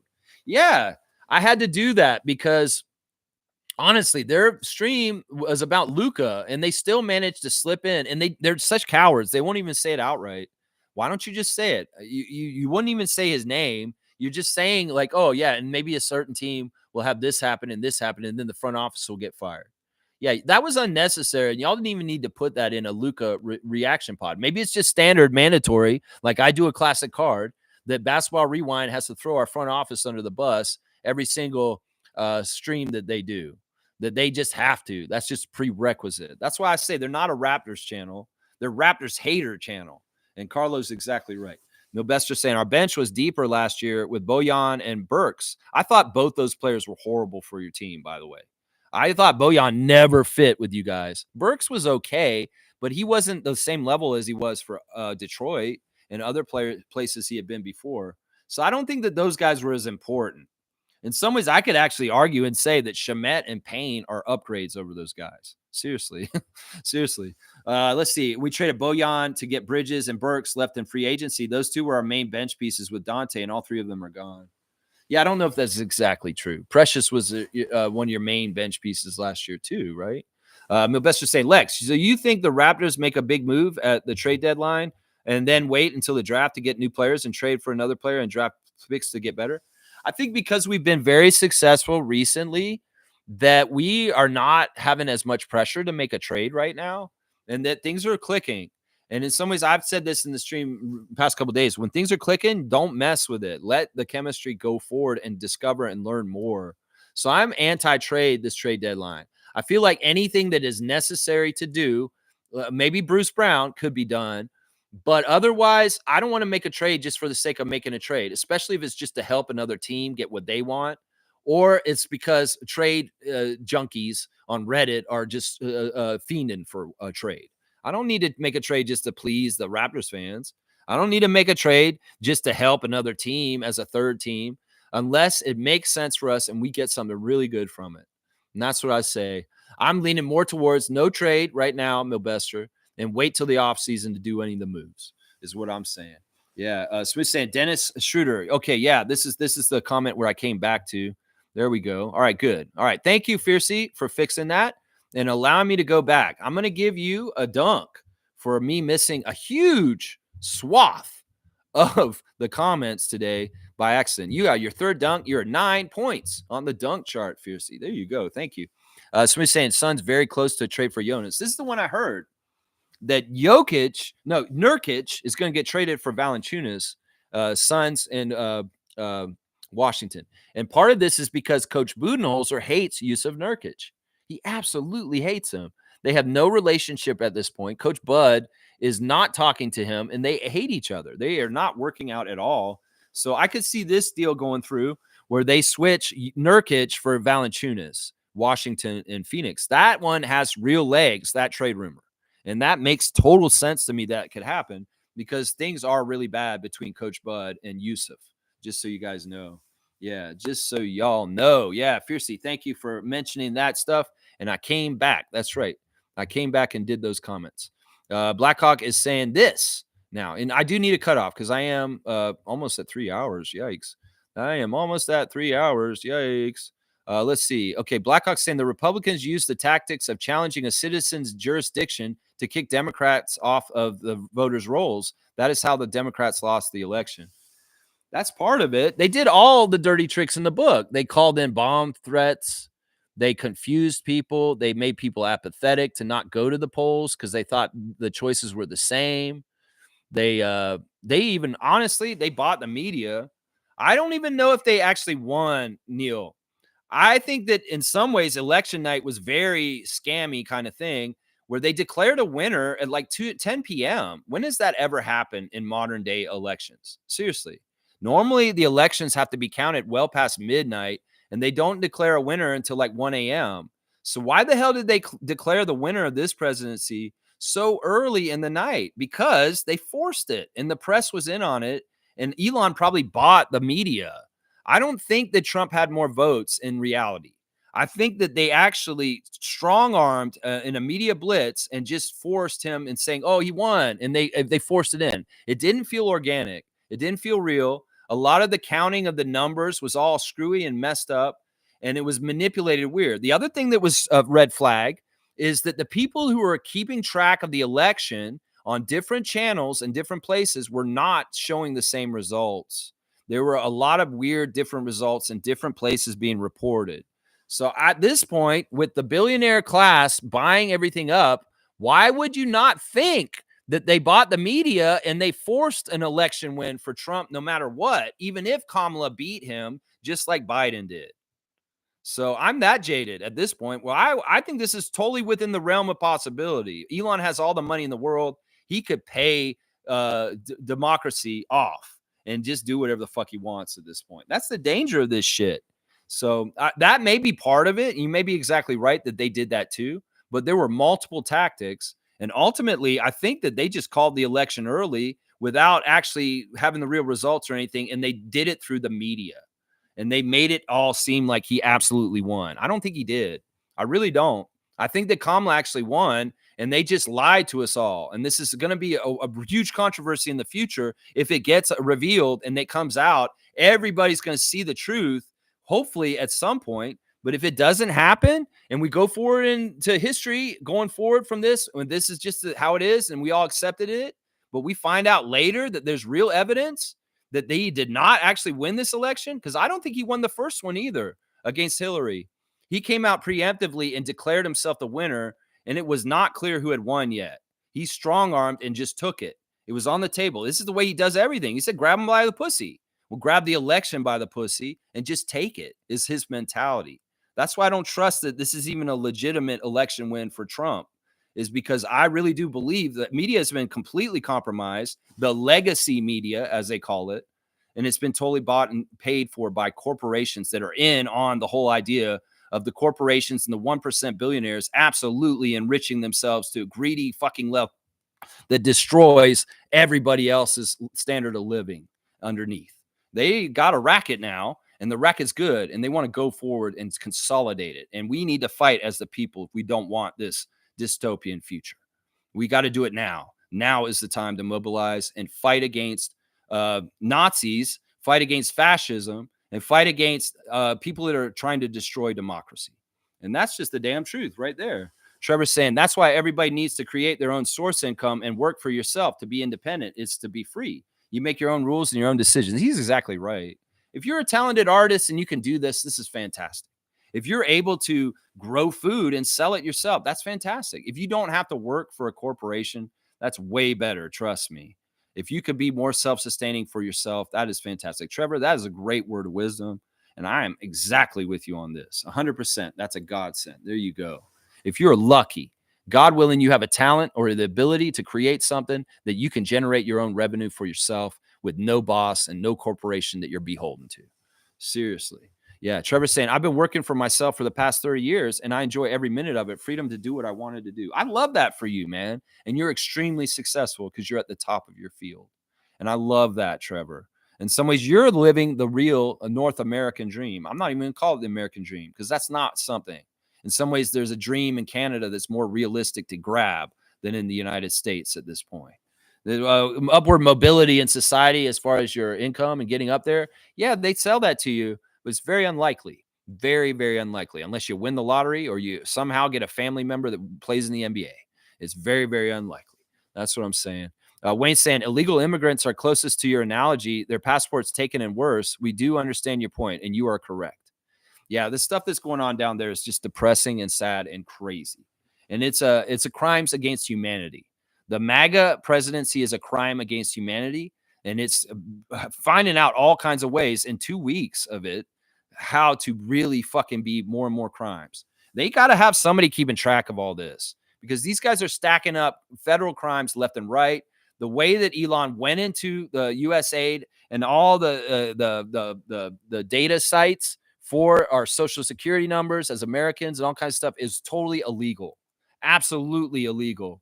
And he's given the information to a young college student that has no right to it. He has no security clearance. And these are federal laws that they've broken.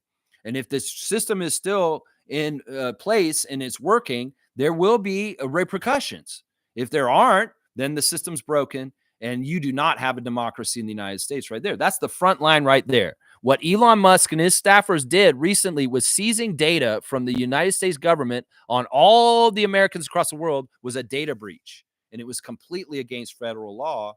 Well, will there be any repercussions or punishments for this under a place where this guy's in charge and he's acting like a king and he's punishing anybody who's trying to come at him and defy him? That is fucking tyranny. That is fucking dictatorship. That is not American values. And any American standing with MAGA right now, you are a fucking bootlicking Nazi. And you are a fucking part of the problem. You're a piece of shit, just like he is. So let's get on the right side of justice. Let's remember which side Americans are supposed to be on, and that's kicking Nazis in the face and knocking their teeth out. So fucking get right, American people. Seriously, who the fuck are you that you're going to start saluting with a Nazi and fucking getting behind billionaires that want to fucking rob you blind at the top while you starve at the bottom? Because that's what's going on right now. I'm just saying, that's what's going on right now. Stargate saying, yeah, that Las Vegas theory is discussed in that YouTube video I suggested. Also, there's a Nike theory as well. It's all about money and greed. Corporations will ruin this world. I'm telling you right now, corporations are the evilest thing in the world right now. They want to act like they're benevolent and they want to give a service and a product to the people. But honestly, they're just greedy and want as much money as possible. And they will fucking cut corners, shrinkflate their products, and rob us and con us every chance they get. There's no social contract with their workers, and there's no social contract with the consumer to put out a quality product that lasts or is worth the money that we buy anymore. Is anything worth the money we buy anymore? No, it isn't, because they're fucking robbing us. I'm telling you right now. That's right. Fiercely saying, Lex thanking Milbester for his presence on the stream. Wait till he sees your comment dissing our team. I didn't see him dissing the team. He was fair. Everything he said was absolutely fair. And in some ways, I don't think that Milbester, he has enough good faith with us and enough standing that I didn't take anything that he said as insulting. It was completely fair. And he didn't go beyond where he was kind of name calling or anything. He was a little bit, he was negative about our team, but it was totally fair. Totally fair. Carlos saying, man, it would be so satisfying to see this Luka deal fall flat on his face. This is why being a Raptors fan has more value. The way we are building, I can see this in OKC East. I love that analogy and comparison. And yeah, maybe I'm a hater. Maybe some of y'all have a little bit of fun and affinity for the Lakers, and you kind of want to see this work out. Some of y'all do seem like that in this chat, and that's fine. We can be on different sides on this. But no, I'm a hater on this. If Adam Silver's trying to manipulate the league and strong arm shit, I want it to fall flat on his face. Because in some ways, these kind of moves in the past have. These kind of moves in the past have. And that's the pattern. You trying to force something into success, that's never how you do it right. The way you do it right is the way we're doing it, trying to become Oklahoma City East. Masai and Ujiri knows it takes time to build something. You can try and throw a player on a team and just, it's magically going to add to success. No, if you're not doing the steps right, you're not building it right, it won't come out right. And that's why I think this flashy move of Luka going there, it may look like it's going to be amazing for Laker Nation, but nothing comes easy and fast in a shortcut in the NBA. And that's something the Lakers Nation has learned harshly over the last couple decades, honestly, pretty much since Kobe left, honestly, over the last decade. They've learned that harshly. That Mickey Mouse championship don't count. I'm sorry. That does not count. I'm sorry. That's right. Stargate saying, so the best Bucks can get from Middleton is Kyle Kuzma. I know that's a joke. That's a joke right there. Yeah, that's pretty funny. Milbester saying, fiercely, when did I diss Lex today? I fell out. Besides, I haven't watched Knicks games this season because our team is better last year. Our bench sucks this year. We were better with Dante. Also with, you're bringing the baseball in there. He's been watching a lot of baseball, so he's not paying as close attention to his Knicks as he would, but he'll start watching them more, I'll bet you, as we get close to the playoffs. Milbester will be there. Yeah, he didn't say anything that was that egregious, honestly. He was fair. It may have been a little negative towards our team, but that's not what I get mad at. I get mad at things that are absolutely unfairly against our team. This is not unfair what he said. This is all fair to say what he said. So I'll say that, yeah. Stargate saying, and beyond, and those basketball rewind guys criticize our front office? Yeah, I don't know why they do that. I don't know why they do this. They're stupid. I feel like they're plants or something. They just want to cause problems for our team. Anybody who's anti-Masai, you're not a Raptors fan. Anti-Masai people are idiots. And in some ways, they want bad things for the Raptors. Because I'm going to say, once again, Masai's gone from the Raptors. Bad things happen for our team afterwards. Seriously. It will be a dark age after Masai. It's not going to be a dark age after Nick because we got Darko. It's dark because of Darko.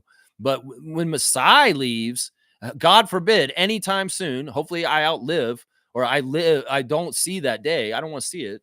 It's going to be very different and it's going to suck. Trust me. And these guys want that for our team. So they don't want good things for us. That's why I say, fuck you, Basketball Rewind today, because y'all don't want good things for Raptors fans like myself and Monique Lawrence. You want sadness for us because you're hoping for our front office to get destroyed. That's so crazy. I can't believe that, man. I can't believe that. Slug Easy saying 3-hour streams are the new norm. There are right now, But it's really because it's very intense with the trade deadline. And there are a lot of games right now, too. I mean, I'm reacting to 2 Raptors games, and I'm previewing a game today. So this was going to be a long stream. I knew it was going to be. Stargate saying Bucks front office doesn't seem very bright. I don't think they are. I don't think they're very good. And that's what I'm saying. There's alternatives beyond and Kenyon. There's alternatives. We could be more like the Bucks, and we don't want to be like the Bucks. Trust me. Randolph saying T-Wolves Julius Randle out at least 2 weeks with an abductor injury. So Julius Randle's been abducted. Oh my gosh. Nako saying Raptors front office done a fantastic job this year. Our guard depth is super promising. I know. I think anybody who's dissing the front office after our draft last year, you are fucking idiots. Seriously. You can't see how well Bobby and Masai drafted last year, how well they've kept our flexibility and our ability to become a good team in the future and grow from these young players. I really don't understand it. In some ways, you should be revoked for your clarity on seeing basketball objectively, Basketball Rewind crew, because you're not looking at things objectively. You just hate Masai at this point. You just hate Masai at this point. You're going to say the opposite. Oh, you just love Masai. You're just going to stand up for him. Yeah, because that man brought a championship to my Toronto Raptors. Oh, I'm going to protect the hell out of him. I mean, what did he do for me? He brought a Larry O'Brien to our city, and we won a championship. What did you do for me, Kenyon? That's what I'm saying. Of course, I'm going to stand by Masai. Oh, my gosh. I'm going to stand by Masai. Trevor saying Antonio Davis said he always wanted to team up with Kyrie. Antonio Davis?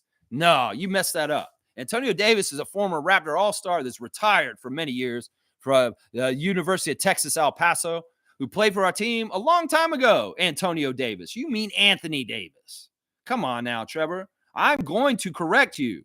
And seriously, I expect better fact-checking and better done jobs on this. So don't mess up stuff like this, because in some ways you're feeding me my lines. And when your lines are incorrect, I get incorrect. So I'm going to catch you and fix your comments when you bring them to me, but I'd rather you spell check and get your comments correctly in the first place. It's a problem. Antonio Davis is not playing the league anymore. Anthony Davis does, and that's who you meant. But that's not what you typed, is what I'm going to say. Nago saying, I read somewhere that Yak's been playing injured the last little bit. Yeah, Darko said this last night in the postgame. He said that Yak's on the down low been injured playing the last few games, and that he re-aggravated it in the game, and that's why he didn't return after halftime. There was a little flurry time in the middle of the second quarter, near the end, after when Jack was saying the Knicks are dominating us. Cat is absolutely dominating us. Well, I saw Scotty and Yaka try and counterbalance that by going crazy and being very active near the end of the second quarter. They were getting after it. They were fighting like crazy. They were putting so much effort out there. And who knows, maybe Jakob in that flurry of going after rebounds and trying stuff on defense to stop the Knicks, he might have aggravated his hip at that point, because there was a whole section where they had been beating us and built the lead to 16. And Jakob and Scotty all of a sudden just got this, fuck this shit, I'm not taking this anymore, energy in them. And they started going all out and going crazy on the boards and playing defense. And I love that. I love seeing that switch turned on with both of them. But unfortunately, that may have led to Jakob missing the second half of the game at that point. But they had some crazy energy. That's why I was so mystified by why Yak was out after halftime, is because he was moving so good in that section I just described with Scotty. And you know, if you're watching the game, you know the part where I'm talking about, where those guys were just like, they had enough. And they're like, fuck this shit. Jack Armstrong's over there saying we're getting dominated. Fuck that. I'm not getting dominated anymore by Karl Anthony Towns. And they put up a fight at that moment. That was pretty good. Yeah. Yeah. Hart too. Yeah. iHeart. Yeah. He's your guy. That was the key guy right there, because in some ways he was all the rebounding and defense stuff with OG in a combination that was OP, man. Seriously. That's why I'll continue to say this, just like I said about Jimmy Butler in Philadelphia years ago. That's where y'all fucked up.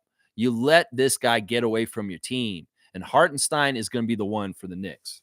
He's going to be the one in the future, man. Stargate saying, within the first 3 games, I bet you Giannis will be arguing with the Kuzma on the sidelines for something to watch.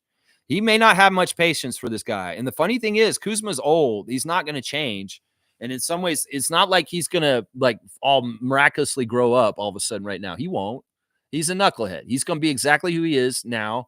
And Giannis is going to be frustrated with this. I think you guys are exactly right. We can read this in this situation and see it. I can see this right now. Milbester's saying Bojan wasn't that bad for us. It's just he had a few injuries, and then when he got hurt in the playoffs, it killed us, and we needed him for the Pacers series. He's a great shooter.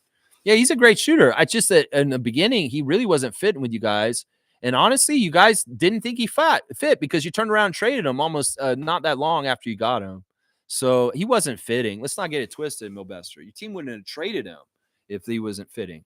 Nako saying if it was worth it, Masai would do it. It was worth it, Masai would do it. Yeah, if there's a trade that makes sense, we'll do it. But we're not making a trade just for the sake of trade, trade addicts. We're not just making a trade just for the sake of making a trade. No, it's not happening, trade addicts. That's right. All right, I need to really finish up. And Milbester, you got to stop, man. You got to stop. All right, he stopped. Our best players on our bench is McBride and Precious. I agree. But we had way more bench depth last year, and too many trades killed us. Yeah, I said that. You always need a bench in the playoffs when your stars get hurt and miss postseason games, especially when you need your stars to get rest in the playoffs. Bench players fill the void. Well, if I was you guys, and I know Thibodeau won't do this, on the home stretch, y'all should start overplaying your bench and resting your starters as much as possible. In some ways, it's counterintuitive because in some ways, Thibodeau likes to build these guys up to be crazy stamina. And that's part of the whole thing of what he's doing during the season. Nick had the same thing, but you really do run the risk of nagging injuries and tiredness, like DeMar and Kyle used to feel when Casey was coaching us. You play so hard in the regular season, you get the playoffs, you get no gas, and your numbers go down. I don't know. This is a tough conundrum for the Knicks to balance as the end of the season comes closer to the playoffs. And how the hell are they going to manage their team with Tom Thibodeau really wanting to play his starters 40 minutes every game? I have no idea how y'all are going to handle that. That's not my problem. And, well, let's just see. Knicks Nation may be very unhappy if it's mishandled. Let's just put it that way. Cut off. Thank you, Isaac, for putting me on blast. And Mike is here. Logical Raptors fanatic. Project Truth always. The Mavs didn't want to give a supermax to the next Harden. Habits make champions, and Harden will never be one. You're saying that about Luka. So you don't think you think Luka's more like Harden? I mean, I get that whole argument that they think he's lazy, and that's a red flag. In some ways, that is not good for the Lakers, that they're like, oh, we're going to give up on him. We'll send him to the Lakers. And Lakers are thinking, oh, this is so great. But Dallas knows inside stuff from having Luka from before, and they don't feel like they're going to get anywhere with him. Hey, either way, Mike, good to see you. And Monique, thank you for the cutoff again. And Stargate saying, I would love to see a debate with Beyond, Kenyon, and versus Lex and Chev. I was on a show with Beyond on Brian's show this year, and we were fine. We didn't really go at it. I mean, I had a little bit of a counterpoint with him at one point, but for the most part, we were very civil, and there was no real arguments about things.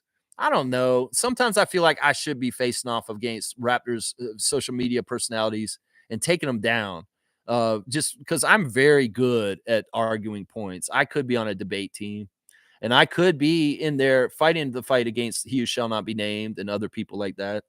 But in some ways, it's also like, hey, I have my own channel. I have my own venue. But in some ways, you guys just want this because it's like WWE, honestly. You just want to see the tag team action. Me and Chev. That'd be a good tag team, though. Me and NBA Chev. Ooh, that'd be a good tag team. All right, let's wrap it up. Let's get done. All right, let's see. Classic card. We got to remember to do that. Okay, I just grabbed one blind out of here. All right, we'll do this one. This is kind of fun. All right, guys. It's an easy one. Let's see. You should be, Lex. Some of them need to be checked. Well, I can't go around and pop all the pop-a-moles at the whack-a-mole game at putt-putt. I can't go to Chuck E. Cheese and hit all the moles as they pop up. I mean, there's so many. In some ways, it's like, why? I can only set my own standard here and hope that the ones that will find me will find me. All right, here we go. Classic card. It's an all-star card. Let's see if you guys can tell who that is on the all-star jersey. West All-Star. West All-Star card. This is not a difficult card. In some ways, if you know your NBA history and you know body types, yeah, there you go. Stargate knows. That's Karl Malone. That is the mailman, Karl Malone, in a red Western Conference All-Stars jersey. And he's just ahead of you, Slug, unfortunately. Stargate's going to get it today. And this is an easy one. So it's only going to be 100 points. Karl Malone is right, Smooth. It is right. You guys are all right. It is Karl Malone. But Stargate has got in there the fastest. And he's got it on my screen. So Karl Malone is the classic card. Let's see. And we'll put in Stargate on this one. You're getting 100 points, Stargate, for the classic card of the day. Good job. All right, let's do the rundown. Yeah, that was an easy one. We've had some really hard ones lately. We really have. All right, going back to the injuries for tonight with the Raptors. Let's see if there's any changes. Boucher has been ruled out for yesterday's game. We'll see if he's available tonight. It's an illness, so there's a possibility that Chris will be back for tonight's game, depending on how he feels this morning. So hopefully he's back. RJ is in concussion protocol, and he will not be available for the Raptors for about a week, guys. So last night he missed a game. He's going to miss the game tonight for sure, too. So no RJ tonight, guys, for sure. And Jakob is most likely going to be out tonight, too, just so y'all know, because of leaving the game yesterday and the hip injury. So we'll have to see what happens. It's looking like those guys will be out, and I'll guess that the starting lineup for the Raptors will be Emmanuel Quickley, Grady Dick, Jacoby Walter, Scotty Barnes, and Kelly Olynyk. I'd rather Orlando Robinson get some time in there, but he may be better off the bench anyway, so Kelly's probably going to start against Zach Edey.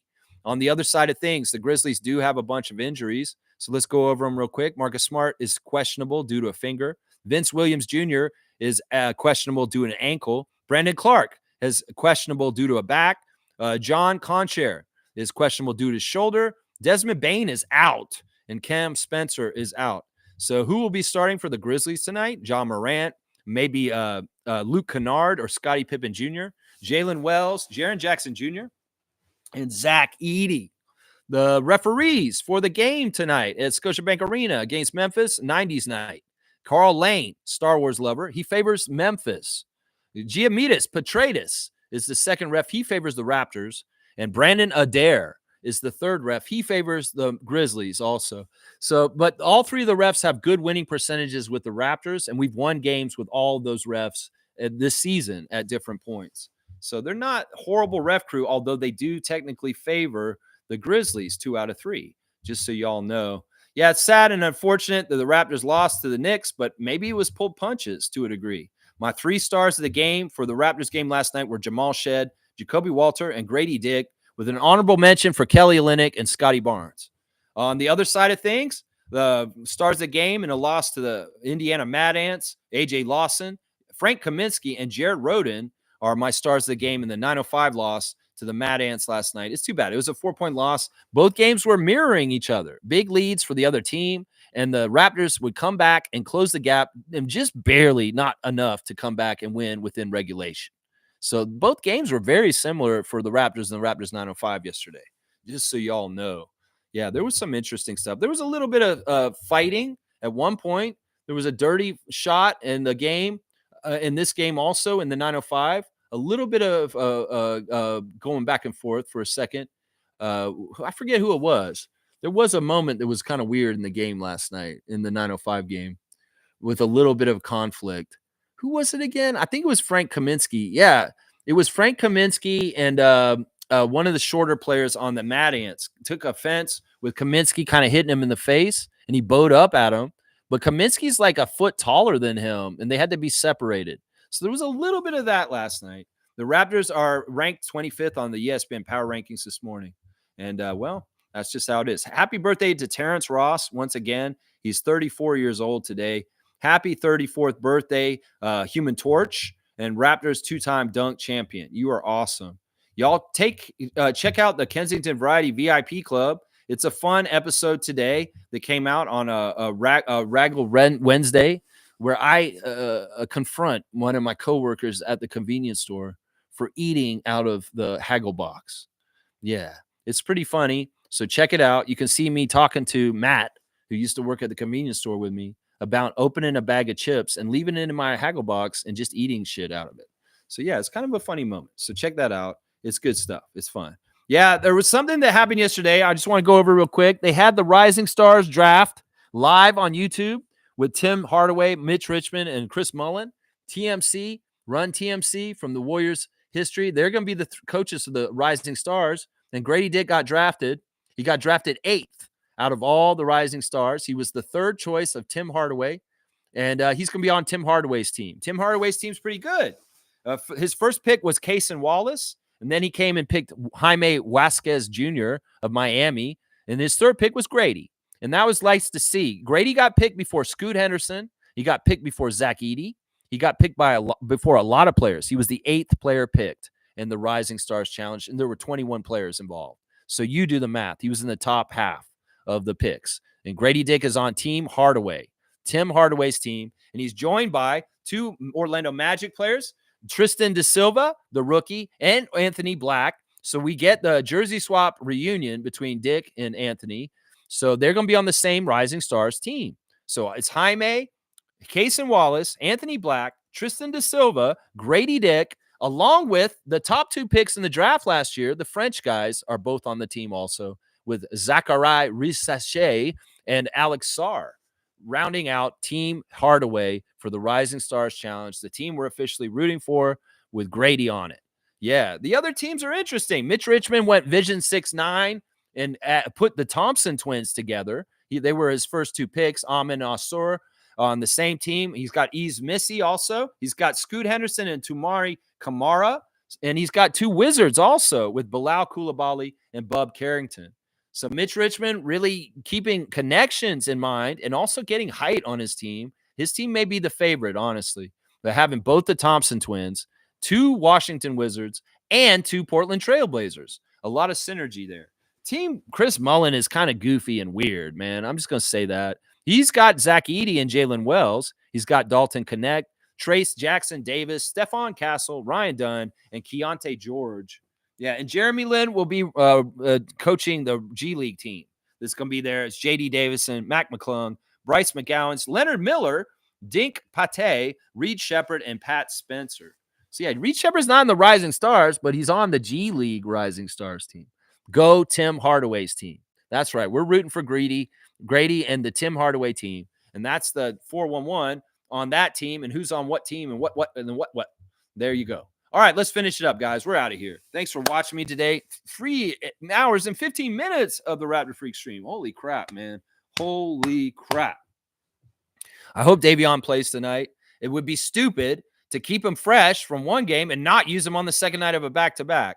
In some ways, that's smart coaching, is if you're going to have some people out of the rotation on one night, switch the rotation up so you got people fresh. So he should play Davion tonight. He better play Davion. I'll be like, what the fuck are you doing, Darko?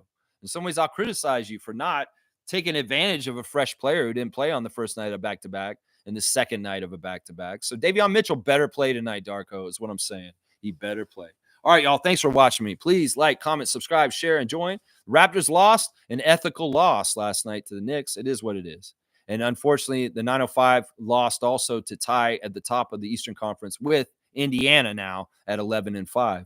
Well, tonight, Memphis Grizzlies, 90s night. Monique is going to the game. Bring the good vibes down there, Superfan, and hopefully you can win. This is going to be a tough one. John Morant, Zach Edey. We got pulverized by them in Memphis. Let's show some growth since the debacle in Memphis on Boxing Day that was absolutely dreadful. One of the worst losses in Raptors history, honestly. We have to improve from that. Home advantage, a nice ref crew, and hopefully some better synergy on defense and connection will make the margin better. If not, hopefully we can win.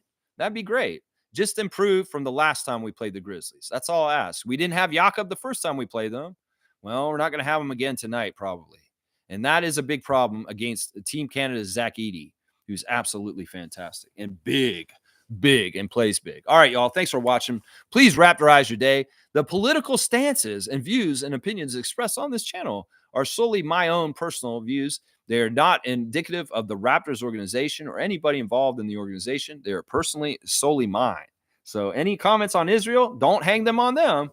That's my personal views, and I will stand on them because it's a damn truth. It's a genocide. It's wrong. And God is not happy with people that do genocide. Let's just put it that way. All right, let's go, Raptors.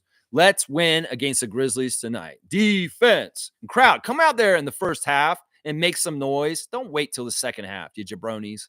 Get up off your ass and use the voice in the first half and help them get off to a good start with defense chance right from the jump ball. Please, I put that challenge to the Raptors crowd at Scotiabank Arena tonight. Let's go, Raptors. Let's go 90s, baby. 90s, baby. 90s, coolio, dude. Totally tubular. 90s, bro. 90s, man.